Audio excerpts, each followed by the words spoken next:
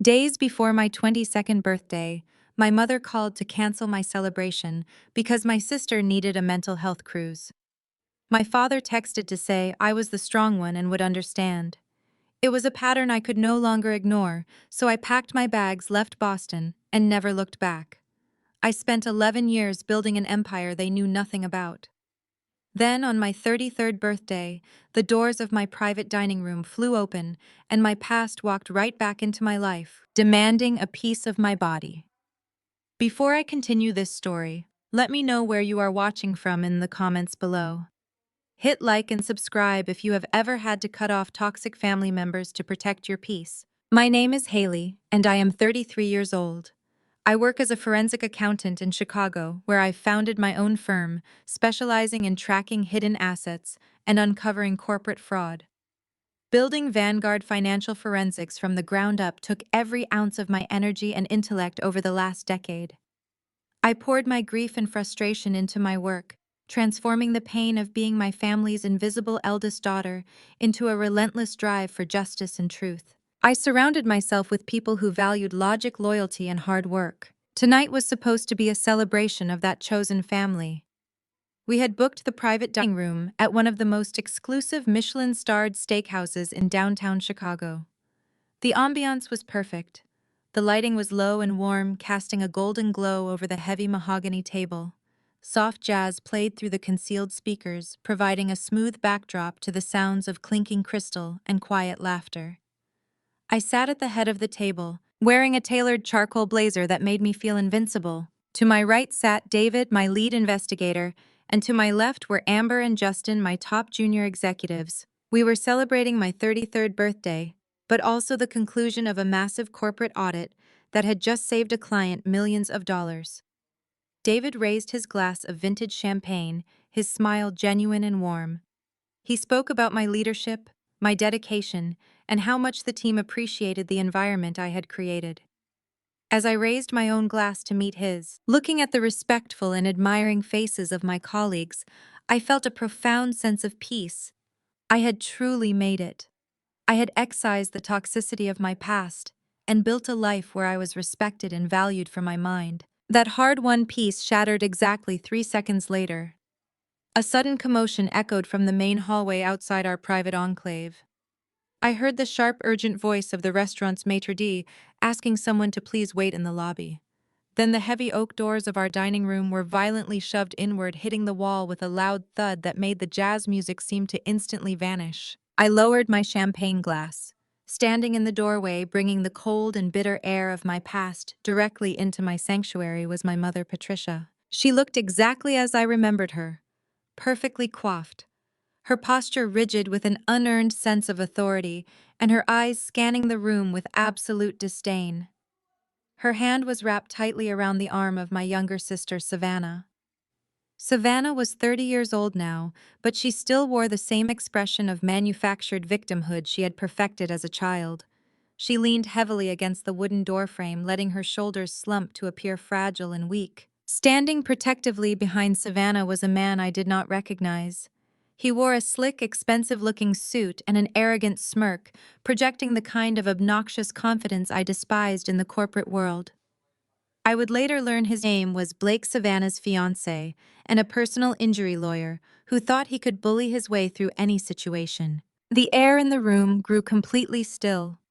David, Amber, and Justin slowly lowered their glasses, their professional instincts immediately sensing a threat. They looked at me, waiting for my signal, but I was temporarily frozen. 11 years of absolute silence. 11 years of changing my phone number, moving to a new city, and burying myself in financial documents to forget the way they had treated me. And now, they were standing in the middle of my birthday dinner as if they had every right to intrude. Patricia did not hesitate. She marched straight past my executives, ignoring their presence entirely. She approached the head of the table with rapid, aggressive steps. I remained seated, keeping my face perfectly neutral. I refused to give her the satisfaction of seeing my shock. She reached into her oversized, expensive designer handbag and pulled out a thick, heavy stack of medical files. Without a word of greeting, without so much as a happy birthday, she raised the files high and slammed them down directly onto the space in front of my plate. The force of the impact was violent. The edge of the heavy folder clipped the base of my crystal water glass. The glass tipped and shattered against the mahogany wood with a sharp, piercing crack. Ice water flooded across the pristine white tablecloth, pooling around the medical documents and splashing onto the sleeve of my charcoal blazer. Amber gasped, softly pushing her chair back to avoid the spill. David immediately signaled for the waiter, who was hovering nervously by the broken doors, but I raised my hand just an inch, stopping anyone from intervening. I kept my eyes fixed on my mother. "We finally tracked you down," Patricia demanded, her voice shrill and commanding enough to cut through the heavy silence of the room. She did not sound like a mother who had missed her daughter. She sounded like an employer demanding a late deliverable. "You are coming back to Boston tonight," she continued, pointing a trembling finger at the soaked files on the table. "Savannah is in end-stage renal failure. She is dying, Haley. You are a perfect biological match, and the transplant is scheduled for Thursday morning at Mass General. You owe her this after abandoning us for 11 years." The sheer audacity of her words hung in the air, thick and suffocating. She had not come to make amends. She had not come to celebrate my birthday. She had spent a fortune tracking down my private location, solely to demand that I sacrifice a piece of my own body for the golden child she had always favored. Savannah leaned against Blake, letting out a weak theatrical cough that echoed dramatically in the quiet room. Blake wrapped his arm around her waist, glaring at me as if I were already guilty of murder. He looked at my colleagues, then back at me, his lip curling in disgust at my apparent lack of immediate compliance. I looked down at the shattered glass on the table. The water was slowly seeping into the thick paper of the medical files, blurring the red, urgent stamps on the cover. 11 years ago, this kind of public humiliation would have made me cry. I would have panicked, felt the crushing weight of familial obligation, and desperately tried to placate my mother to keep the peace. I would have packed my bags, canceled my life, and laid down on an operating table just to earn a fraction of the love she showered on Savannah. But I was not 22 anymore. I was 33. I spent my days dismantling corporate fraudsters and untangling webs of lies. I dealt with hostile takeovers and aggressive litigators for breakfast. My mother had severely miscalculated the woman she was dealing with. I calmly reached for my thick white linen napkin. I deliberately took my time, lifting my arm and dabbing the cold water off the sleeve of my blazer. I smoothed the fabric down, ensuring my appearance remained as immaculate as my composure. I did not look at my mother. I did not look at my sister playing the victim by the door, or the slick lawyer standing behind her. Instead, I let my gaze drop directly to the damp medical file resting among the shards of broken crystal. I read the bold print on the cover, my forensic mind instantly catching the logical impossibility of her statement. My voice was quiet, steady, and completely devoid of the emotion she was trying to provoke. "A perfect biological match?" I asked, finally lifting my eyes to meet my mother's furious stare. I watched her blink, slightly thrown off by my absolute lack of panic. "That is fascinating," I continued, leaning back in my chair and crossing my arms over my chest. "Considering I have not submitted a DNA sample or a blood panel to any medical registry since I was 18 years old. So tell me, Patricia, how exactly did you get my medical data?" The heavy silence that followed my questions settled over the private dining room like a thick winter fog. The soft jazz music playing from the concealed speakers seemed to amplify the tension radiating across the mahogany table rather than soothe it. My mother opened her mouth to speak, but her jaw simply snapped shut. She was accustomed to the frightened 22-year-old girl she had controlled over a decade ago. She did not know how to handle the woman sitting in front of her today. I watched her eyes dart nervously around the room, taking in the expensive decor and the confident posture of my colleagues. She was searching for a familiar weakness to exploit, a crack in my armor that would allow her to assert her dominance. But there were no cracks left. I had spent the last 11 years sealing every fracture she had ever caused. Before my mother could formulate a lie to excuse her actions, the man in the slick suit stepped forward. He moved with an exaggerated swagger, positioning himself between my mother and my sister in a protective stance. He leaned heavily over the table, placing both of his hands flat on the pristine white tablecloth. He was attempting to use his physical size to intimidate me, a tactic I had seen countless corrupt executives try and fail to execute.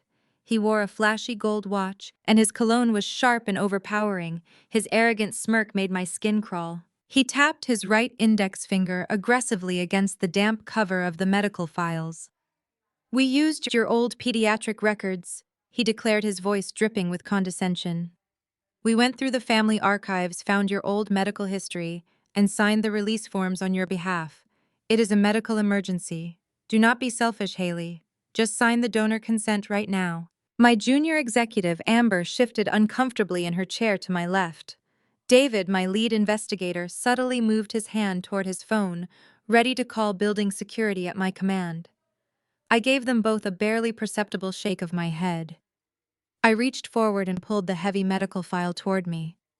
The water from my shattered crystal glass had warped the edges of the manila folder, but the documents were perfectly legible. I flipped past the cover page and found the legal release forms Blake mentioned. I stared right at the signature line at the bottom of the page. There it was. My name written in a handwriting that was desperately trying to mimic my own. The loops on the letters were slightly too rigid, the slant entirely wrong. It was a sloppy, hurried attempt at forgery. They had not just bypassed my medical privacy, they had committed a federal crime to do it. The sheer arrogance of assuming they could forge legal documents in my name was staggering. I felt a very cold, sharp clarity settle over my mind. I looked up from the forged signature and stared directly into my mother's eyes. "Forging my signature," I said, my voice dangerously soft. My mother flinched, taking a half step backward. "Just like you did 11 years ago, Mom." The memories of that specific betrayal flooded my mind, but I did not let them control me. I simply weaponized them tonight. "Do you remember my 22nd birthday, Mom?" I asked, keeping my tone conversational and devoid of the hurt she was hoping to see. I saved money from 3 different part-time jobs for a year to buy those plane tickets for my graduation trip. I was finally going to celebrate something for myself. And then days before I was supposed to leave, you called to cancel my life. You simply logged into my travel account. You forged my signature on the cancellation documents to bypass the refund clause. You took the cash refund that I had literally worked my fingers to the bone for, and you handed it to Savannah. You stood right in front of me and told me that my sister needed a mental health cruise after a bad breakup. You told me her temporary sadness was more important than my entire future. Savannah let out a small, dramatic whimper, but I ignored her. My focus was entirely on the woman who had enabled this behavior for 30 years. "I survived you canceling my life back then," I said, leaning forward slightly. "I survived you stealing my money, and I survived the realization that I would never be anything more than a backup resource to this family. Savannah will survive without my kidney now." Patricia gasped loudly, placing her hand dramatically over her chest. She looked around the private dining room, seemingly hoping my executives would jump to her defense. When she realized no one at my table was going to support her, her face contorted into an ugly mask of pure desperation and rage. She slammed her hand down on Savannah's chair. "She is dying!" Patricia screamed. The sound echoed painfully off the mahogany walls. Her voice was shrill, desperate, and completely devoid of any rational thought. "You have 2 healthy kidneys, Haley. You only need one to survive. How can you be so incredibly cold and calculated? This is your own flesh and blood. You are going to pick up that pen, and you are going to sign this paper right now, or we will not leave this room. We will stand here all night until you do the absolutely right thing for your family." Savannah buried her face in Blake's suit jacket, her shoulders shaking with manufactured sobs. It was the exact same performance she had used when she wanted my college fund to pay for her luxury wedding. She was 30 years old, but she was still playing the exact same manipulative games she had mastered in middle school. I watched the pathetic display with absolute detachment. I felt no guilt. I felt no obligation. I only felt a deep, profound validation that walking away from them had been the best decision I had ever made. I looked back down at the damp medical file, tracing the forged letters of my name with my right index finger. Blake, apparently sensing that my mother's emotional manipulation was failing miserably, decided it was time to escalate his tactics. He stepped away from Savannah and reached into the inner pocket of his expensive suit jacket. He pulled out a sleek smartphone and held it up, a smug, victorious grin spreading across his face. He looked at me with the absolute certainty of a man who believed he held all the power. He tapped the screen of his phone, making a deliberate show of unlocking it. "Sign the paper, Haley," he demanded, dropping the fake civility mask completely. His voice was hard, aggressive, and laced with venom. He pointed the bright screen toward me, though I did not bother to look at whatever he was trying to show me. "Or else," what I asked, my voice barely above a whisper. Blake laughed, a harsh, grating sound. "Or else, as a personal injury lawyer, I will personally march right down to the courthouse tomorrow morning. I will file an emergency legal injunction against you. I will freeze whatever little bookkeeping business you run. I will tie up every single asset you possess today under a lawsuit for familial neglect and severe emotional distress. I will make sure you spend the next 5 years drowning in legal fees and court mandates until you have absolutely nothing left." He leaned over the table one more time, getting so close I could smell the stale coffee and strong mints on his breath. He glared at me with absolute contempt, fully expecting me to cower under his legal threats and surrender to his demands. "You think you can just sit right here in your fancy tailored blazer and ignore your family?" he sneered, jabbing his finger toward my face. "You think you are completely untouchable just because you ran away to Chicago 11 years ago? You are nothing. You have no power here. Sign the donor consent forms right now, Haley. Or I swear to you, I will completely ruin you today." I let his threat hang in the air for a long moment. Blake was breathing heavily, his chest heaving under his expensive tailored suit. He looked immensely proud of himself, fully convinced that his aggressive posture and loud voice had secured his absolute victory. In his world of personal injury, law intimidation was probably a very effective tool against terrified accident victims or desperate insurance adjusters. But he was severely out of his depth in this private dining room. David let out a very soft, highly amused scoff from my right side. Amber simply picked up her champagne glass and took a slow sip, watching Blake the way a biologist might observe a particularly dull insect. They both knew exactly what was currently sitting on our secure servers back at the Vanguard Financial Forensics office. They had helped me compile every single byte of the data. The waiter hovering near the damaged doors finally stepped into the room. He carried the leather folio containing the bill, moving carefully around the broken crystal. His eyes moved from Blake's clenched jaw to my mother's furious expression before settling on me. "Miss Sterling," he said quietly, "the final charge for the private dining room and restaurant buyout is ready whenever you are." Blake glanced at the folio and laughed. "Perfect. Maybe you should pay quickly before I freeze the account." I extended my hand. The waiter placed the folio in front of me. The total at the bottom read $15,000 excluding gratuity. I reviewed it, added a generous service charge for the staff, and reached into my blazer. The black titanium corporate card made a heavy, unmistakable sound when I placed it on the leather. Blake's smile faltered. Patricia looked down at the card, then around the private room. She had entered believing I was a lonely bookkeeper, celebrating beyond her means. The engraved Vanguard Financial Forensics logo forced a different possibility into her mind. The waiter took the card.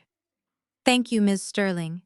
Please charge the broken glass and any security expenses to the same account," I said. My guests arrived without an invitation. Patricia's mouth tightened. "We are not guests. We are your family. No, you are people who forced their way into a private function and placed forged medical documents on my table." The waiter gave a nod and left, pulling one damaged oak door partly closed behind him. Blake recovered enough to sneer. "A dramatic credit card does not make you powerful, Haley. Plenty of small businesses use corporate accounts.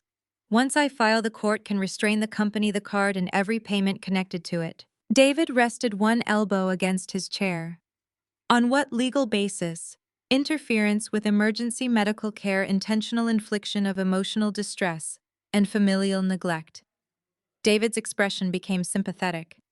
"None of those theories gives an adult sibling a legal right to another adult's organ."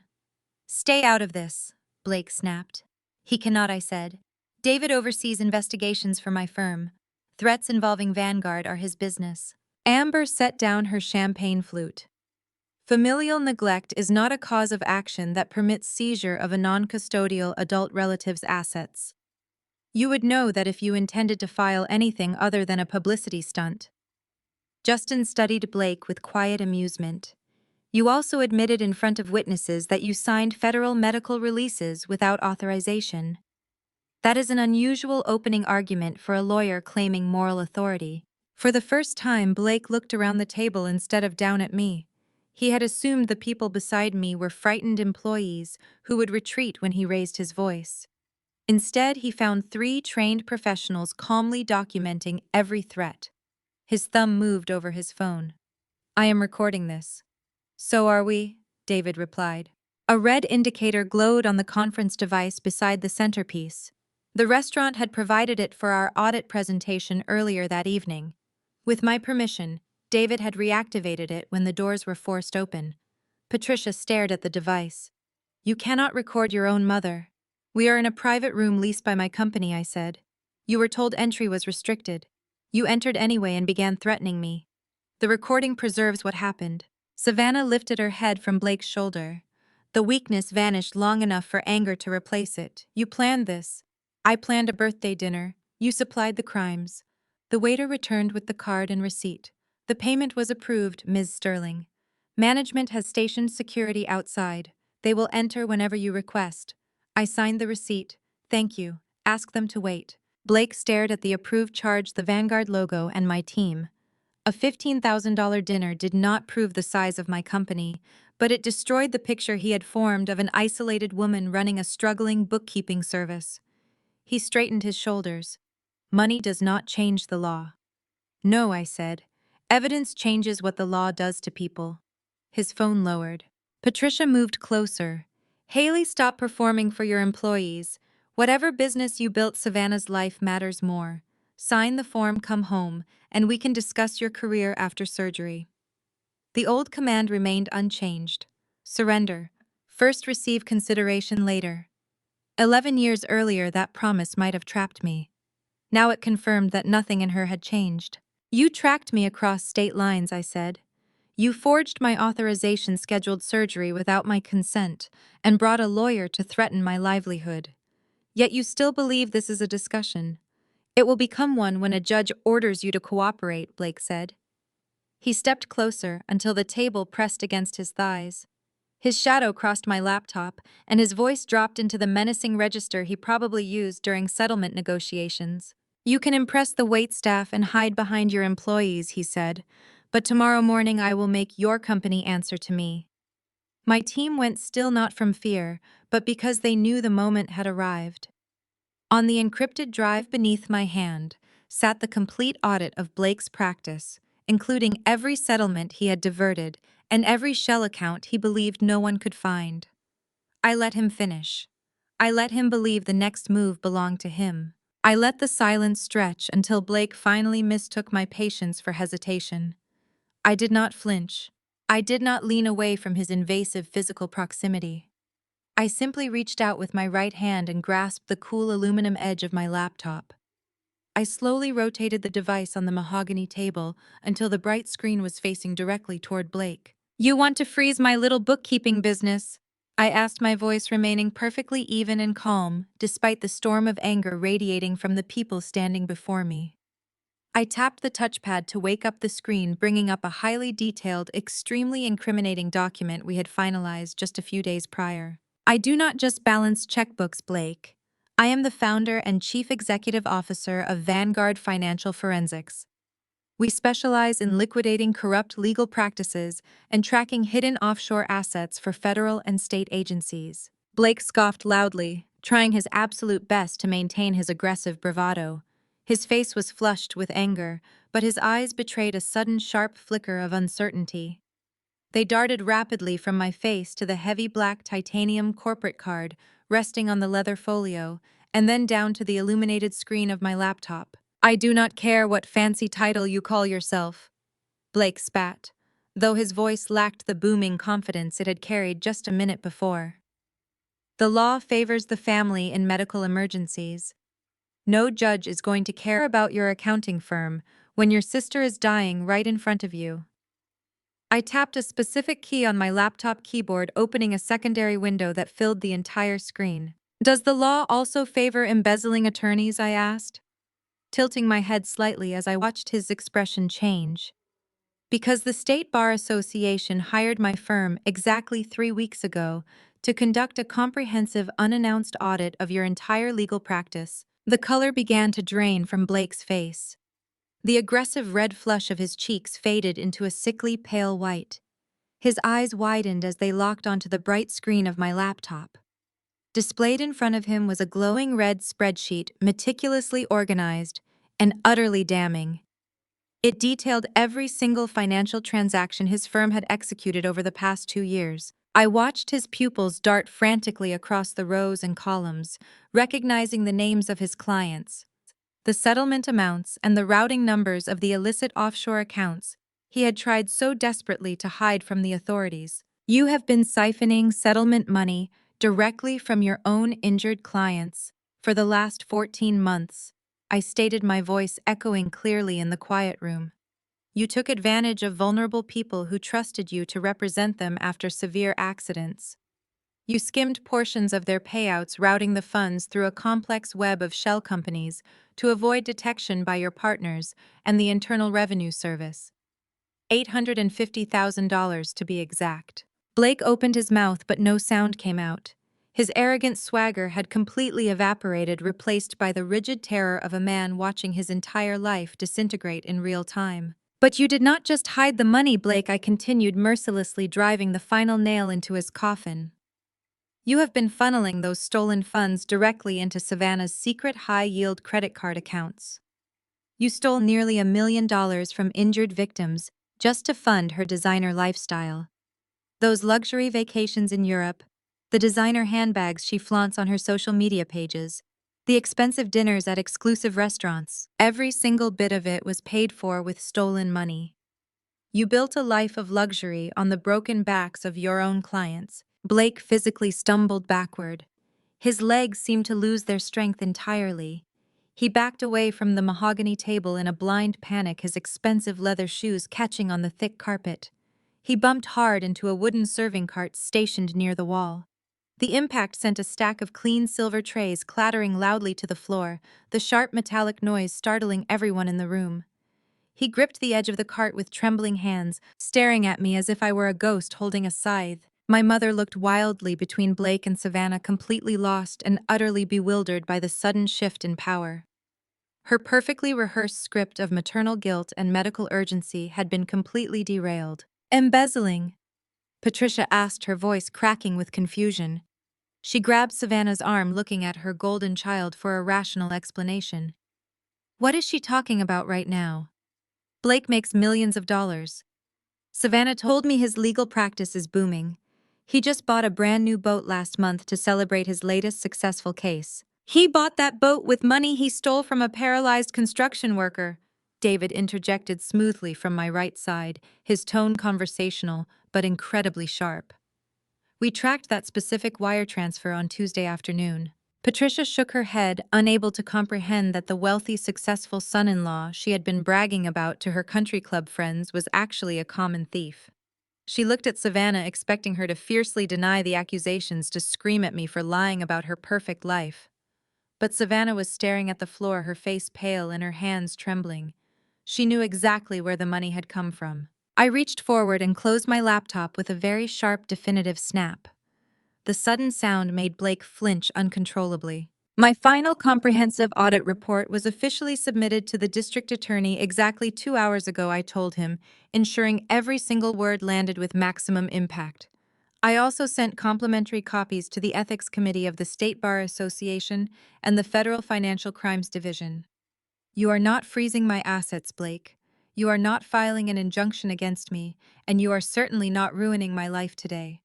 You are going to be disbarred, indicted, and federally prosecuted by Friday morning. Blake looked like he was going to be physically sick right there on the restaurant floor. He brought a trembling hand up to his face, wiping away a sudden layer of cold sweat that had broken out across his forehead. He looked at Savannah, then at the heavy oak doors of the private dining room, clearly calculating how quickly he could flee the city before the authorities arrived at his downtown office. The crushing reality of the situation finally settled over the room. The illusion of their wealth, their power, and their moral superiority had been entirely dismantled in less than 5 minutes. They had marched into my sanctuary, expecting a frightened girl they could easily bully into submission. Instead, they had walked blindly into a meticulously laid trap constructed by a woman who specialized in destroying corrupt men for a living. For a brief moment, the only sound in the private dining room was the soft rhythmic bass line of the jazz music playing through the overhead speakers and the ragged, panicked breathing of the man who had just lost his entire career. Then the dynamic in the room shifted violently once again. Savannah stared at the bright screen of my laptop, her carefully constructed illusion of frailty vanishing in a fraction of a second. The realization that her lavish lifestyle, her European vacations, and her endless supply of designer goods were all built on stolen money finally penetrated her self-absorbed mind. More importantly, she realized that Blake was no longer her aggressive protector or her financial safety net. He was a sinking ship and he was going to take her down with him. She dropped the weak, dying sister act completely. The fragile slump of her shoulders disappeared. The dramatic manufactured coughing she had been using to gain sympathy stopped instantly.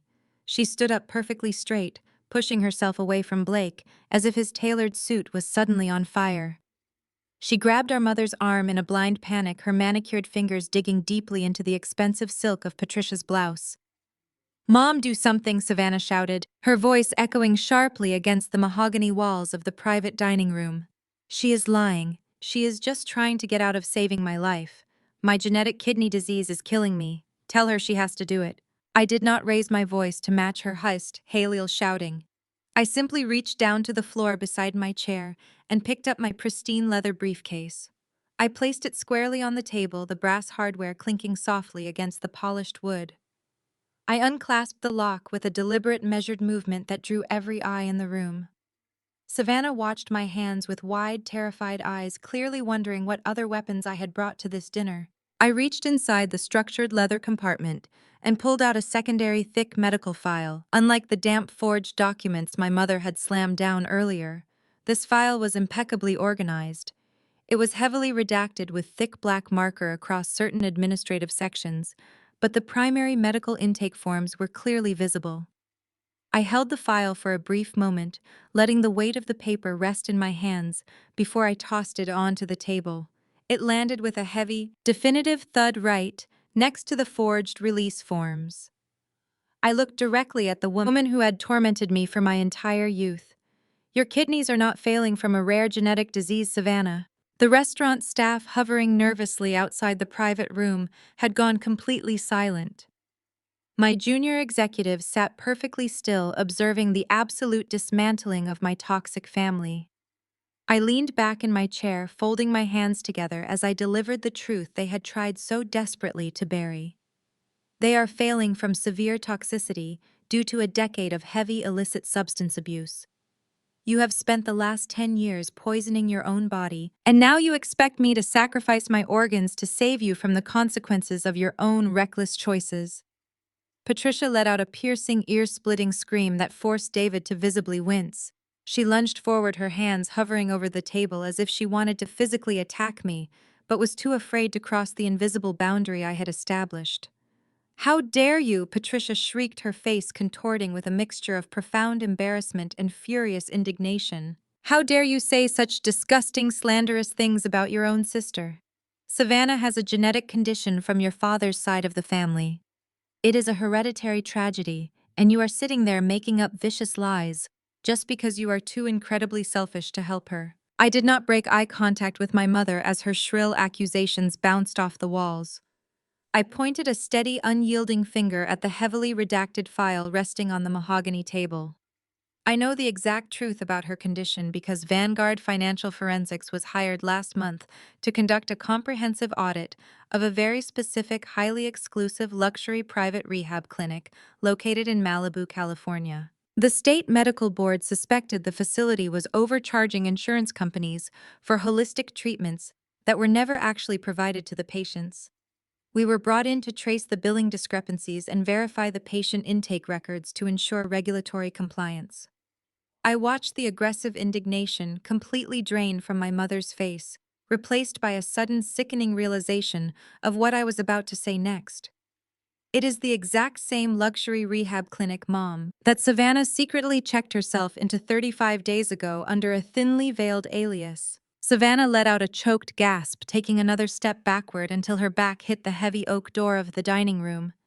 She looked like a trapped animal looking for an escape route that simply did not exist. I kept my focus squarely on the woman who had orchestrated this entire pathetic ambush.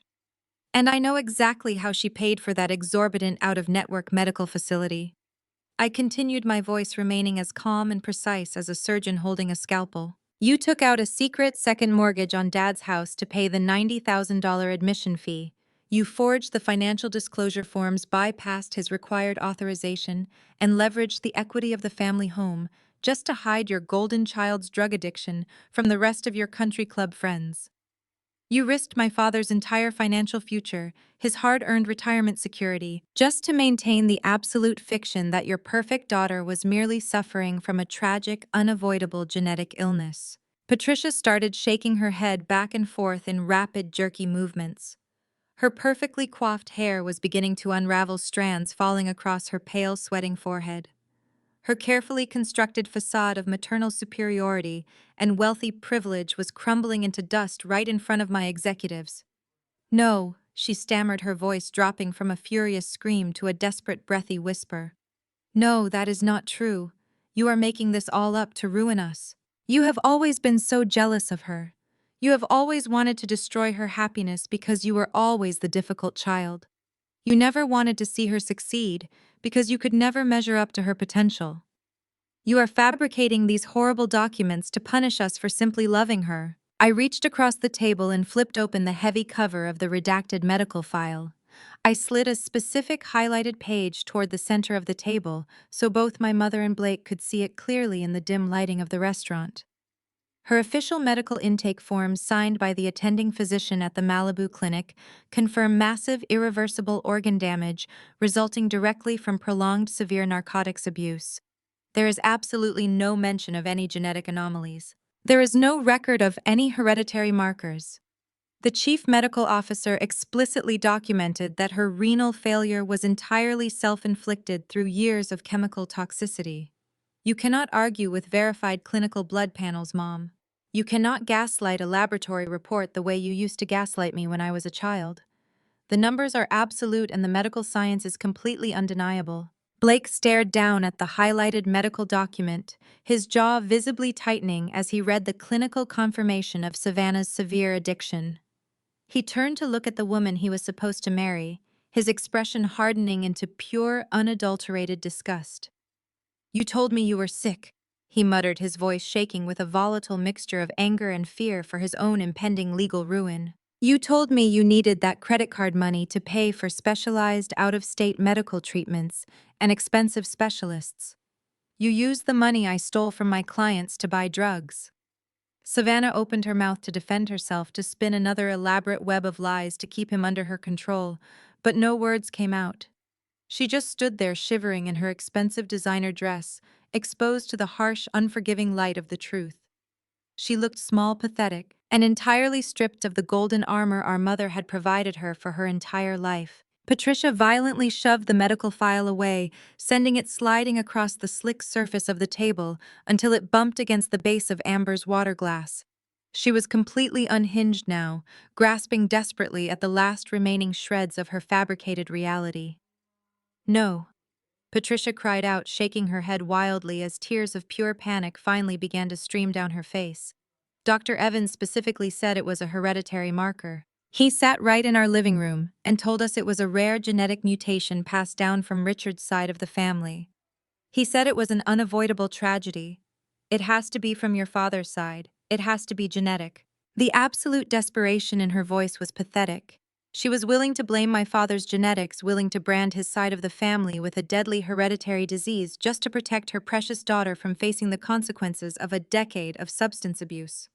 She would rather let me undergo major organ removal surgery based on a complete lie than admit that Savannah was deeply flawed. I looked at the woman who had canceled my 22nd birthday, who had stolen my graduation money, who had looked me in the eye and told me my future was entirely secondary to Savannah's temporary sadness. I felt a deep, profound sense of closure. The terrified, approval-seeking girl I used to be was finally permanently gone. I leaned forward across the mahogany table, resting my forearms on the cool surface. I locked my eyes with hers, watching the desperate, frantic denial swirling in her gaze. I let my voice drop to a very quiet, razor-sharp whisper that carried perfectly through the silent room. It cannot be from Richard's side, Mom, because I took a 23andMe DNA test 11 years ago right before I left. I did not break eye contact with my mother as I reached a steady hand deep into my leather briefcase, my fingers tightly closed around a thin, stiff folder tucked securely into the back compartment. I pulled out a single sheet of paper, perfectly sealed, inside a clear laminate. I had carried this specific piece of paper with me through 3 apartment moves, 2 office relocations, and a decade of building my company. I kept it safe because I always knew this exact moment would eventually arrive. I placed the laminated document flat on the mahogany table beside the redacted rehab intake forms. I tapped my fingernail against the center of the page where a brightly colored pie chart dominated the layout. The results of that simple commercial cheek swab proved a fundamental biological impossibility. I looked at Savannah, who was staring at the colorful chart as if it were a venomous snake. The laboratory data concluded that you and I only share 25% of our genetic material. I paused, letting the clinical reality sink into the thick, heavy air of the restaurant. Full biological siblings share approximately 50% of their DNA. A 25% match only occurs in 2 specific scenarios. We would have to be an aunt and a niece, which is obviously impossible, or we are half-sisters. My mother stopped breathing.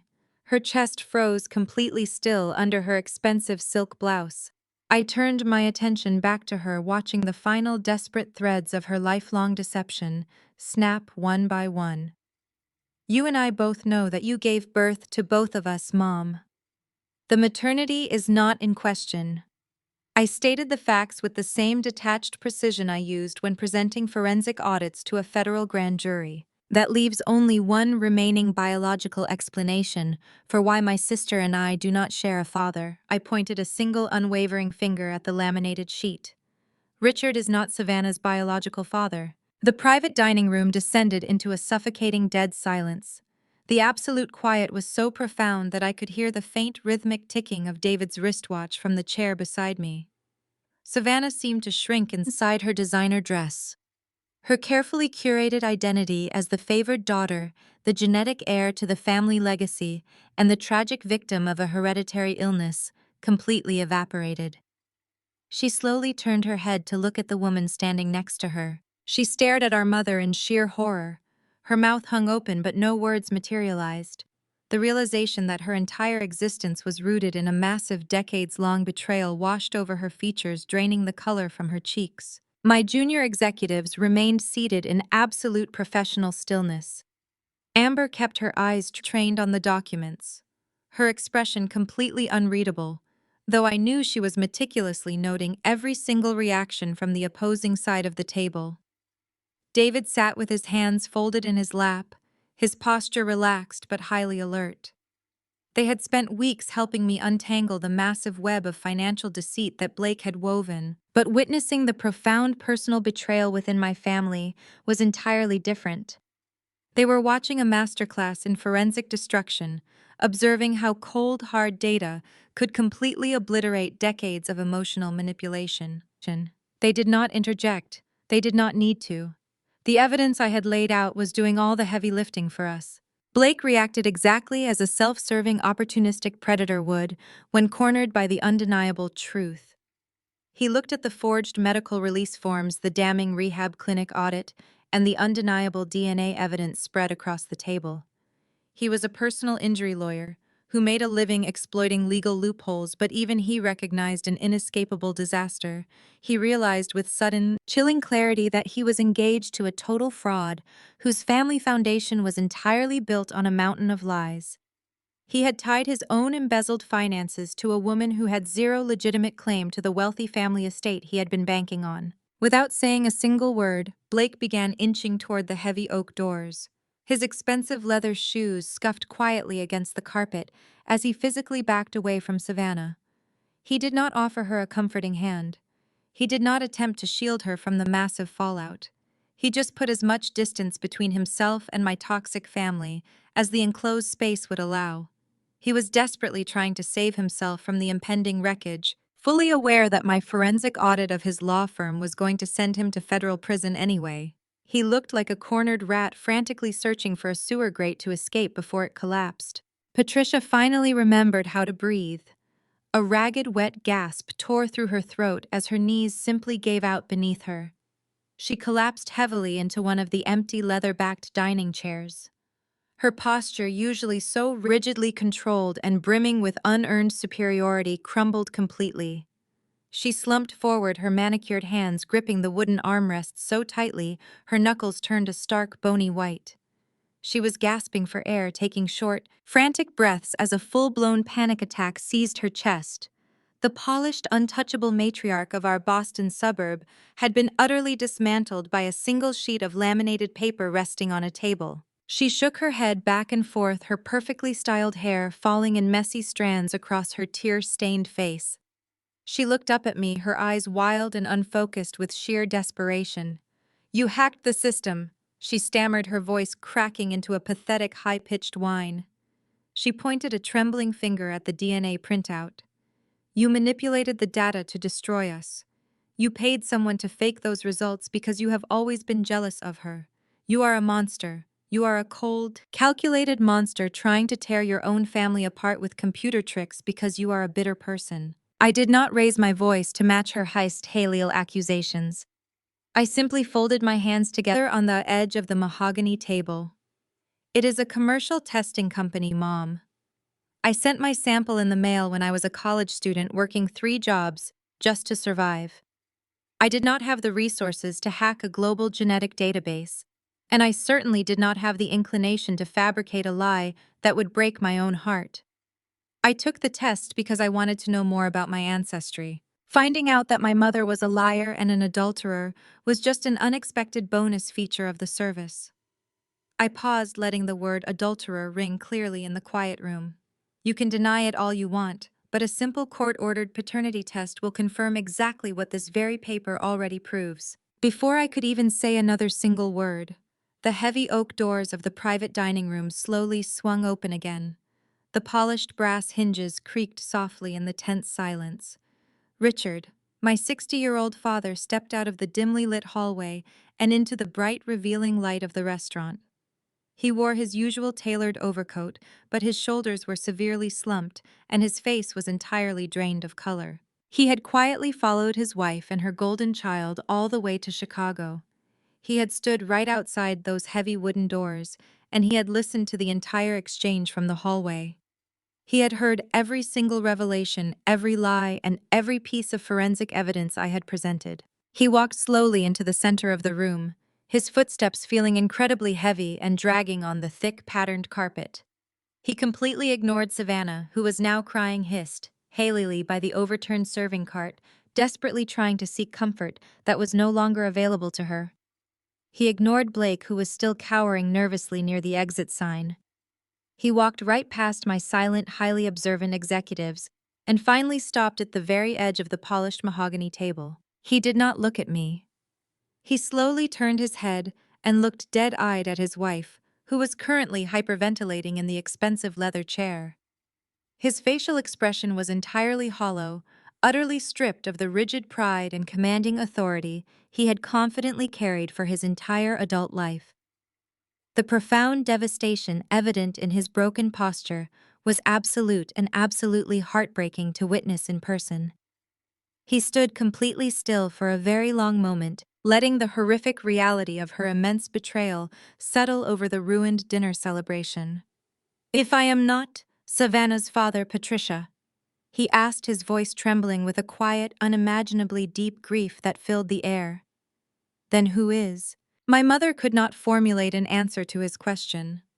She remained slumped in the heavy leather dining chair, her mouth opening and closing as she struggled to pull air into her lungs.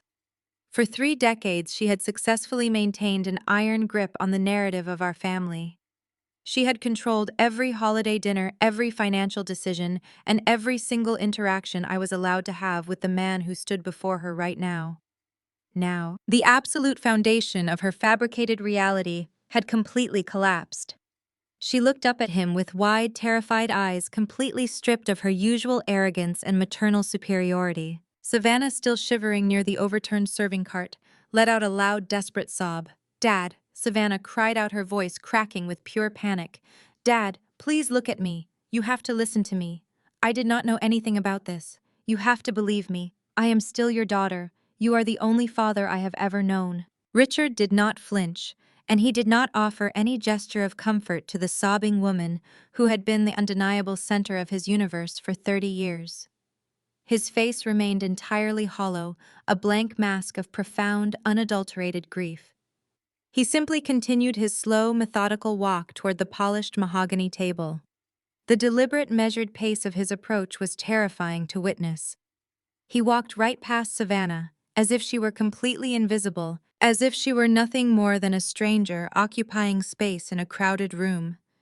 It was the exact same chilling indifference that my mother had subjected me to for my entire life. He stopped when his legs brushed against the edge of the heavy dining table. He stood directly across from me, looking down at the damp medical documents, the redacted rehabilitation intake forms, and the laminated genetic testing results. I watched the muscles in his jaw clench tightly as his mind processed the undeniable biological reality resting on the polished wood. He had spent his entire adulthood working 80-hour weeks to provide a life of absolute luxury for a child that did not even belong to him, while allowing his biological daughter to be exiled. Richard slowly reached his right hand deep into the inner pocket of his tailored wool overcoat. His movements were remarkably stiff, resembling a man who had suddenly aged 20 years in 5 minutes. He withdrew a piece of paper that had been folded and refolded so many times the creases were worn incredibly thin. It was a terribly crumpled, faded document that looked completely out of place in the high-end environment of the restaurant. The edges of the paper were yellowed with age and brittle. He held the fragile paper between his thumb and index finger, staring at it with complete and absolute disgust. He slowly extended his arm over the center of the table. He opened his fingers and let the crumpled document fall. It fluttered quietly through the tense air and landed directly next to my pristine leather briefcase and the stack of forensic files I had brought with me. "I found this hidden deep inside the false bottom of your old wooden sewing box yesterday afternoon," Patricia, my father stated. His voice was incredibly raspy, entirely stripped of its usual booming authority. "I was looking for a replacement button for my suit jacket. I accidentally knocked the box off the closet shelf, and the hidden panel broke open. This piece of paper fell out onto the bedroom floor. I picked it up and I read it. Then I brought it all the way to Chicago to confront you about it right face to face." I leaned forward slightly in my chair, keeping my posture perfectly professional. I let my eyes dart down to the faded document resting on the mahogany surface. It was a highly detailed bank statement from an institution that had merged with a larger financial conglomerate over 2 decades ago. The printed date indicated the transaction had occurred 30 years in the past. My forensic instincts instantly engaged as I rapidly scanned the printed columns of numbers and bank routing codes. "It is a receipt for a direct wire transfer," Richard explained to the silent room, his gaze remaining firmly locked on his hyperventilating wife. "A specific wire transfer of $5,000 routed directly from our primary savings account to an untraceable offshore financial institution in the Cayman Islands. It was dated just 3 weeks after Savannah was born." Patricia let out a loud, strangled gasp. She threw both hands over her face, desperately trying to hide her expression from the man she had manipulated for her entire adult life. "When I saw that initial transfer, I could not understand it." Richard continued, his voice shaking with a volatile mixture of profound betrayal and rising anger. "I thought it was some kind of ancient banking error. So I called my personal wealth manager. I instructed him to dig much deeper into the very historical archives of our joint financial accounts. I had him trace every single transaction that bypassed our standard investment portfolios. Do you want to tell your daughter what he found, Patricia, or should I? My mother violently shook her head back and forth, her hands still clamped over her tear-stained face. She rocked back and forth in the heavy leather dining chair, emitting high-pitched, panicked whimpers that echoed terribly across the private room. He found a highly systematic, completely deliberate pattern of severe financial extraction. Richard declared, his voice finally rising in volume as the reality of her theft crashed over him. There has been a $5,000 withdrawal scheduled and executed on the 15th of every single month. You set up a recurring automated wire transfer that bypassed my review. You have been quietly siphoning $5,000 out of my personal savings every month for the last 30 years. The sheer mathematical magnitude of the theft hung heavily in the quiet air of the restaurant. My junior executives, Amber and David, exchanged a very quick, wide-eyed glance. I did the rapid mental calculation instantly in my head. $5,000 a month multiplied by 12 months multiplied again by 30 years.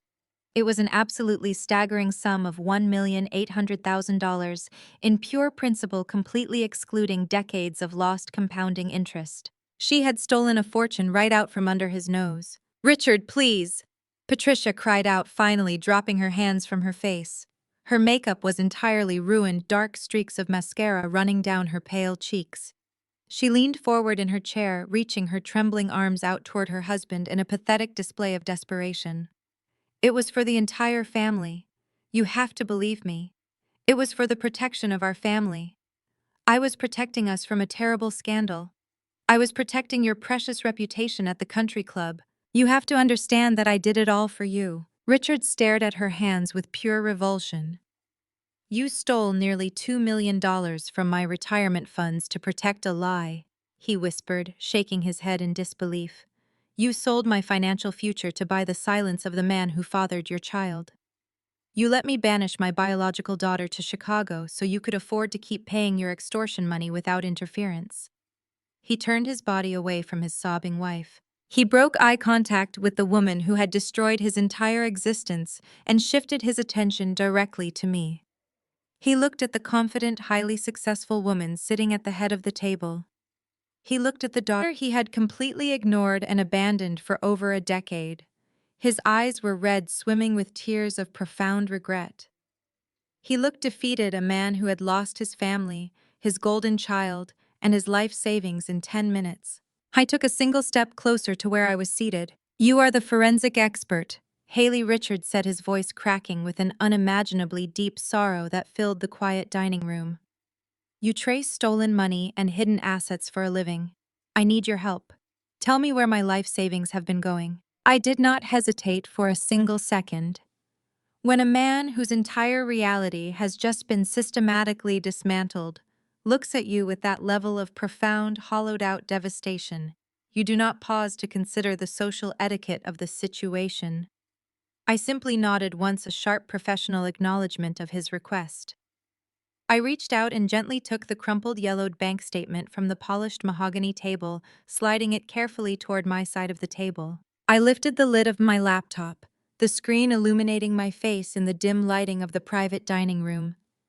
I bypassed the standard commercial software and immediately booted up a highly secure encrypted terminal that connected directly to the proprietary tracking databases at Vanguard Financial Forensics. My fingers hovered over the keyboard for a brief moment before I began to type. The room remained trapped in that suffocating dead silence.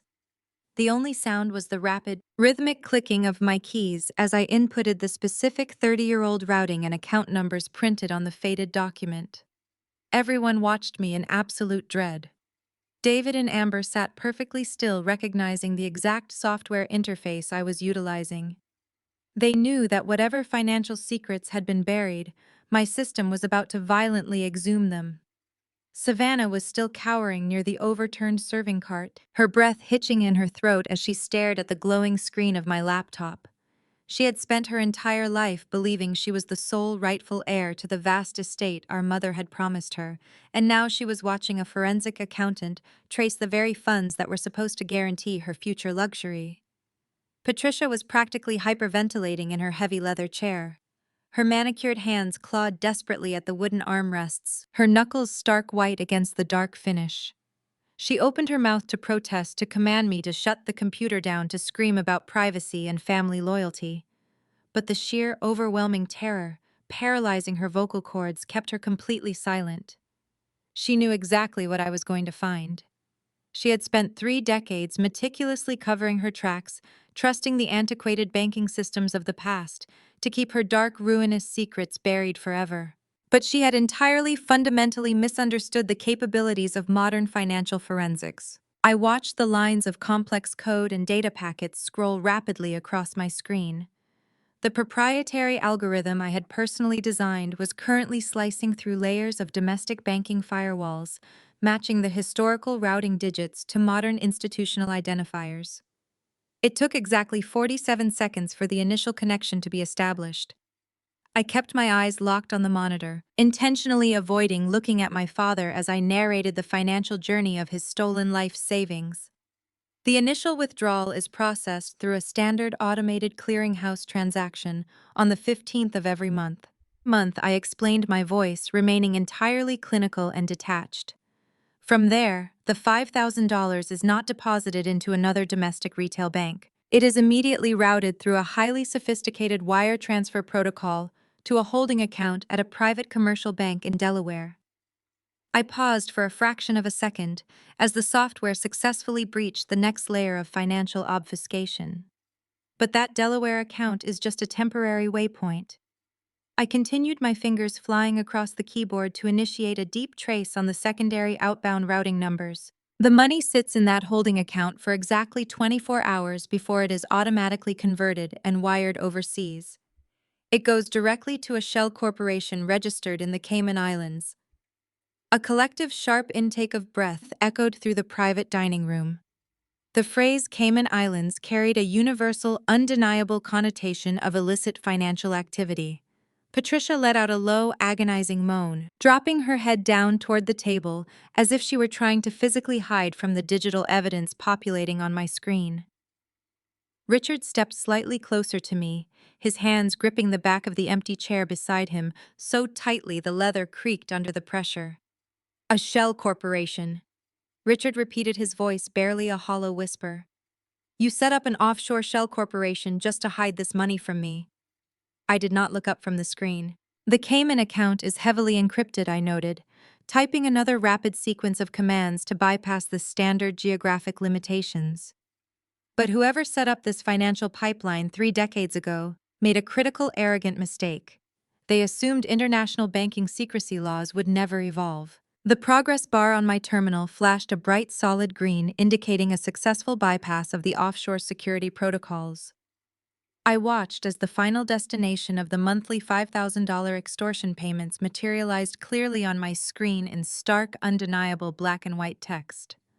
The money does not stay in the Cayman Islands, I explained, feeling a cold, hard knot of disbelief form in my own stomach as I read the name associated with the final receiving account. Once the funds are completely washed through the offshore shell corporation, they are funneled right back into the United States.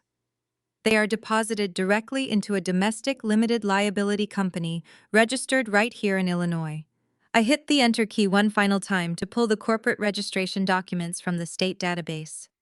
The LLC was established 30 years ago, exactly 2 months before Savannah was born. I slowly lifted my eyes from the glowing screen and looked directly at my father. He looked like a man standing on the edge of a massive, crumbling cliff, bracing himself for the final devastating plunge. The domestic LLC receiving every single penny of those monthly transfers is solely owned and operated by Arthur Vance, I stated. Richard staggered backward as if he had been physically struck by a heavy blow to the chest. He let go of the leather chair, stumbling unsteadily until his shoulders hit the mahogany-paneled wall behind him. The air seemed to completely rush out of his lungs. Arthur Vance. Richard gasped the name, tearing from his throat in a suffocated, agonizing wheeze. My former business partner. The man who deliberately embezzled from our commercial real estate firm and tried to completely run me into bankruptcy 30 years ago. He stared wildly at my mother, who was now weeping uncontrollably into her hands. You have been sending my money to the man who actively tried to destroy my entire life. Yes, I confirmed coldly, my voice cutting through Patricia's pathetic hiss, Haliel sobbing without a single ounce of mercy. Mom has been paying Arthur Vance $5,000 a month in pure, unadulterated extortion money to keep absolutely quiet about Savannah's true paternity. She has been systematically draining your retirement savings for 3 entire decades just to pay off her former lover and protect her own reputation. The sheer, horrifying magnitude of the betrayal settled over the room. Richard slid slowly down the mahogany-paneled wall, his legs finally giving out beneath the crushing weight of the revelation. He sat on the patterned carpet staring blankly at the ceiling, utterly destroyed by the woman he had trusted with his entire life. Suddenly, the dynamic in the private room shifted once again. Blake, who had been cowering nervously near the heavy oak doors just moments prior, slowly lowered his hands. He looked at the weeping, ruined matriarch, and then he looked at the broken millionaire sitting on the floor. His predatory instincts, honed by years of exploiting vulnerable accident victims, flared back to life. He realized that the wealthy family he had planned to marry into was rapidly collapsing, but there was still one massive pile of untouched capital left on the table. Blake reached into his pocket and suddenly pulled out his smartphone, his face twisting into a greedy, opportunistic smile. "This is absolute gold," he declared, taking a highly confident step back toward the center of the table. "I can definitely use this. Patricia, if you transfer Savannah's remaining trust fund to my personal account right now, I will officially represent you in the divorce and completely bury Richard." Savannah let out a sound that was half scream, half growl. The polished, delicate facade she had maintained for her entire 30 years completely vanished in the span of a single heartbeat. The horrifying realization that the man she intended to marry was actively attempting to steal her only remaining financial safety net shattered her completely. She lunged forward with feral desperation, her manicured hands clawing directly at the expensive fabric of Blake's tailored suit. She did not care about the sophisticated optics of the situation anymore. She did not care that she was in a Michelin-starred restaurant, or that my executives were watching her complete psychological unraveling with quiet fascination. She just wanted the financial power back. Her fingers scrambled wildly over his chest until she managed to grab hold of his sleek smartphone, ripping it violently from his tight grasp. "You are trying to steal my trust fund to pay back the money you embezzled from your own injured clients," Savannah shrieked, her voice cracking under the intense strain of her own hysteria. "You do not care about my health, my failing kidneys, or my future at all. You just want to drain the last remaining asset I have left in this world to save yourself from a lengthy term in federal prison. You used me this entire time just for my family connections. You do not care about me." Blake did not react with the practiced calming demeanor of a loving fiancé. He reacted like a trapped, desperate criminal who had just been publicly stripped of his entire professional future and cornered by his own profound greed. He shoved Savannah away with a harsh, highly aggressive thrust of his arms. The sheer physical force of the push sent her stumbling backward on her high heels. She collided awkwardly with the edge of a heavy leather dining chair, barely catching herself before hitting the patterned carpet. "You are a junkie whose organs are literally failing!" Blake shouted back, his face twisting into a terrifying mask of pure, unadulterated contempt. The viciousness of his words echoed sharply across the mahogany walls of the private dining room. He pointed a violently shaking finger at her pale face, completely discarding any remaining pretense of affection or romantic loyalty. "I am looking at federal prison because of your massive credit card debts and your endless addiction. I compromised my entire legal career, my untarnished reputation, and my freedom just to keep you floating in designer clothes and luxury rehabilitation clinics in Malibu. We are done, Savannah. Do you hear me loud and clear? We are completely and permanently done." Patricia let out a loud, horrified gasp, watching the golden couple she had incessantly bragged about to all her wealthy country club friends violently tear each other apart in front of her very eyes. The perfect illusion she had spent decades meticulously crafting was burning to the ground, and she was powerless to stop the flames. She rushed forward with unsteady steps, inserting herself frantically between the towering personal injury lawyer and her weeping, trembling daughter. She threw her hands up in the air, trying to physically push Blake away from Savannah while simultaneously trying to shield her golden child from the harsh, unforgiving reality of the situation. "Blake, stop it right now!" Patricia cried out, her voice trembling with a pathetic, deeply disturbing mixture of fear and maternal indignation. "You cannot speak to her that way under any circumstances. She is your fiancée. She is a sick woman who needs compassion and medical care, not your vicious verbal abuse. You are supposed to protect her from this terrible nightmare." When Blake simply scoffed loudly and turned his back on them in absolute disgust, Patricia swiveled her head wildly toward the man standing silently against the far wall of the room. "Richard, do something!" Patricia screamed, her eyes wide with frantic, unhinged expectation. She waved her trembling arms toward her husband, desperately demanding that he step in and rescue her from the massive wreckage she alone had caused. "Act like the man of the house for once in your life. Defend your daughter from this monster. Throw this horrible, abusive man out of this restaurant and fix this situation right now. You have to protect us, Richard. You have to do something to stop this madness from destroying our family." Her voice cracked on the final word, revealing the profound depth of her delusion. She still fundamentally believed that the man she had robbed and deceived for 30 years owed her his blind, unwavering protection. Richard did not move a single muscle in response to her heist-Halil commands. He remained standing by the dark mahogany-paneled wall, his posture heavily slumped and his face entirely devoid of residual color or normal human emotion.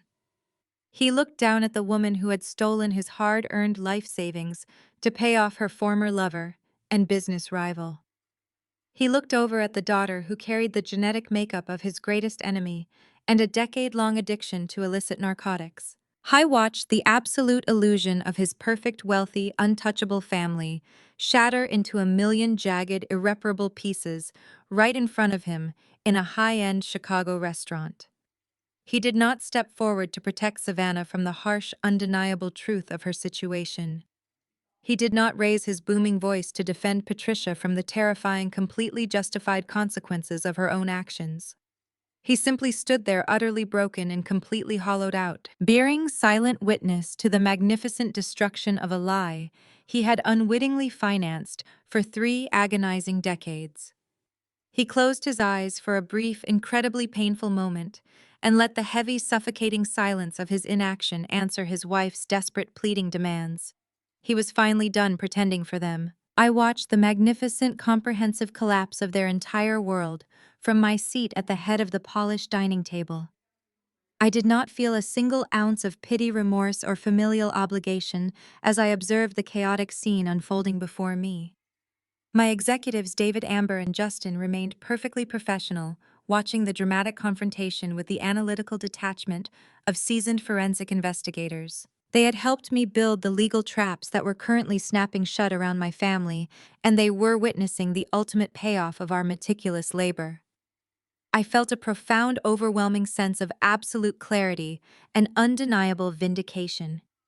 The toxic ecosystem that had suffocated me for my entire youth, the relentless gaslighting that had made me question my own worth, was finally burning to the ground, and I was the one holding the matches. I slowly reached out my right hand and picked up the crystal flute of vintage champagne that had been sitting ignored on the table since my mother first stormed violently into the private room.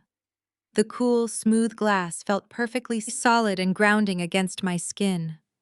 I raised the delicate flute, slightly admiring the tiny golden bubbles rising steadily to the surface under the ambient lighting of the restaurant, and took a slow, deliberate sip. The expensive champagne tasted incredibly sweet, carrying the distinct, unparalleled flavor of pure, absolute victory over the people who had tried to erase my existence. I carefully lowered the crystal glass back down onto the pristine white tablecloth, ensuring it sat perfectly level beside my open laptop. I turned my attention completely away from my hyperventilating mother and my weeping, broken sister. They were no longer the primary threat in the room, merely the collateral damage of their own horrendous decisions.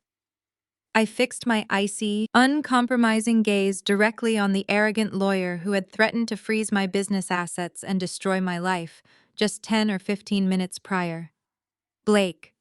I said, my voice cutting cleanly and effortlessly through the chaotic sobbing and the soft, rhythmic background music playing overhead. You might want to hold off on planning your robust criminal defense strategy right now. Because I did not just conduct a standard routine financial audit of your highly corrupt law firm. I traced exactly where the rest of the embezzled settlement money went. It was a fascinating discovery that will absolutely guarantee you never practice law again. I touched a command on the keyboard, and the private room's wall-mounted smart television came alive behind Blake. The restaurant logo disappeared. In its place appeared a transaction map, created by my team dates, routing numbers, shell corporations, encrypted payment processors, and the final recipients of the money stolen from his clients. Blake turned slowly toward the screen. At the center of the flowchart was a red box containing a single figure, $200,000. His face changed before I said another word. It was not confusion, it was recognition. You did not spend all of the stolen settlement money on Savannah's credit cards, I said. You reserved $200,000 for something far more dangerous. Savannah stopped crying. Patricia's hands froze against the edge of the table. I enlarged the red box. 3 transfers appeared beneath it, each routed through a different consulting company. One was registered in Nevada, another in Cyprus, and the third claimed to provide international patient advocacy from an office that did not exist. The first payment was disguised as a medical consultation fee, I continued. The second was labeled expedited travel coordination. The third was described as a surgical placement deposit. Different names, different jurisdictions, one beneficiary. A photograph appeared beside the transactions. It showed a narrow-faced man leaving a private clinic in Eastern Europe. Beneath his image was the name Victor Mladen, followed by a list of aliases. Blake's lips parted, but no sound came out. David spoke from his chair. Mladen has been investigated in 3 countries for arranging illegal transplant procedures. He recruits desperate patients, purchases organs from vulnerable donors, and moves both parties through private facilities that falsify medical records. That is a lie, Blake said, but his voice had become thin. I opened the supporting invoice. Then explain why your firm transferred $200,000 to companies controlled by him. Savannah turned toward Blake. You told me the surgery was approved. He did not look at her. You told me there was a private registry, she continued louder now. You said the hospital had a special program for wealthy international patients. There is no private registry, I said. There is a broker who sells access to illegally sourced organs. Blake was attempting to buy you a kidney overseas because your addiction history made you ineligible for legitimate priority placement. Patricia shook her head violently. No, Dr. Evans said this was an emergency exception. Dr. Evans wrote the referral letter you showed the hospital, I replied. He did not authorize an international transplant. His electronic signature was copied from an older document and attached to a fabricated clearance form. I displayed both files side by side. The signatures were identical down to the final pixel. Amber leaned forward. Even a natural signature changes slightly each time. Perfect duplication proves the image was copied. Blake stepped toward the television. Turn that off. No.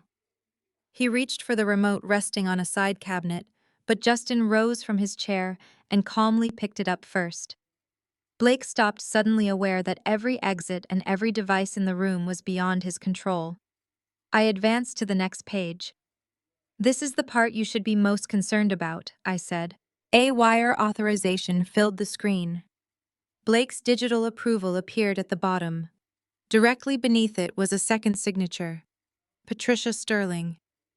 Richard stared at the name as though he had been struck again. You signed it. Patricia's mouth opened and closed. I was helping Savannah. You co-signed a payment to an illegal organ broker, I said. You verified that the money was being used for an international medical placement, and you certified that all parties had consented. I did not know what those words meant.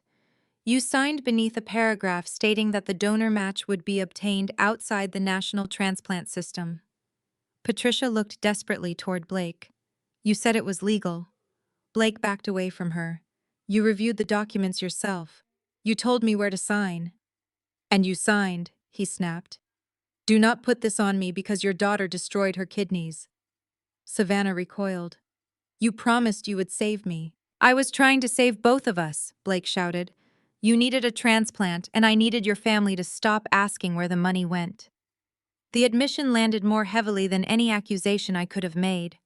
Blake realized it a second too late. His eyes moved to the recording indicator beside the centerpiece. David smiled without warmth. That was very clear.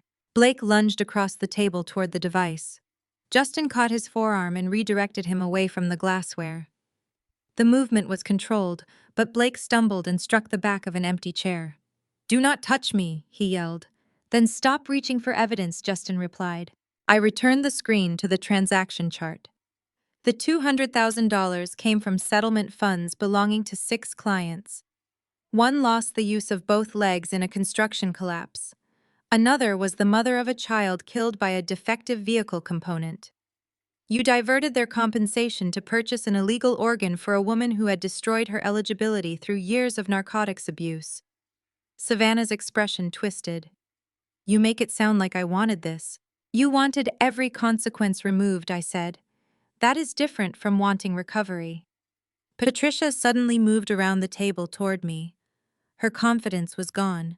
She did not march this time. She stumbled, catching herself against the back of Amber's chair. Haley, she whispered. It was the first time that evening she used my name without a command attached to it. I watched her lower herself to the carpet beside my chair.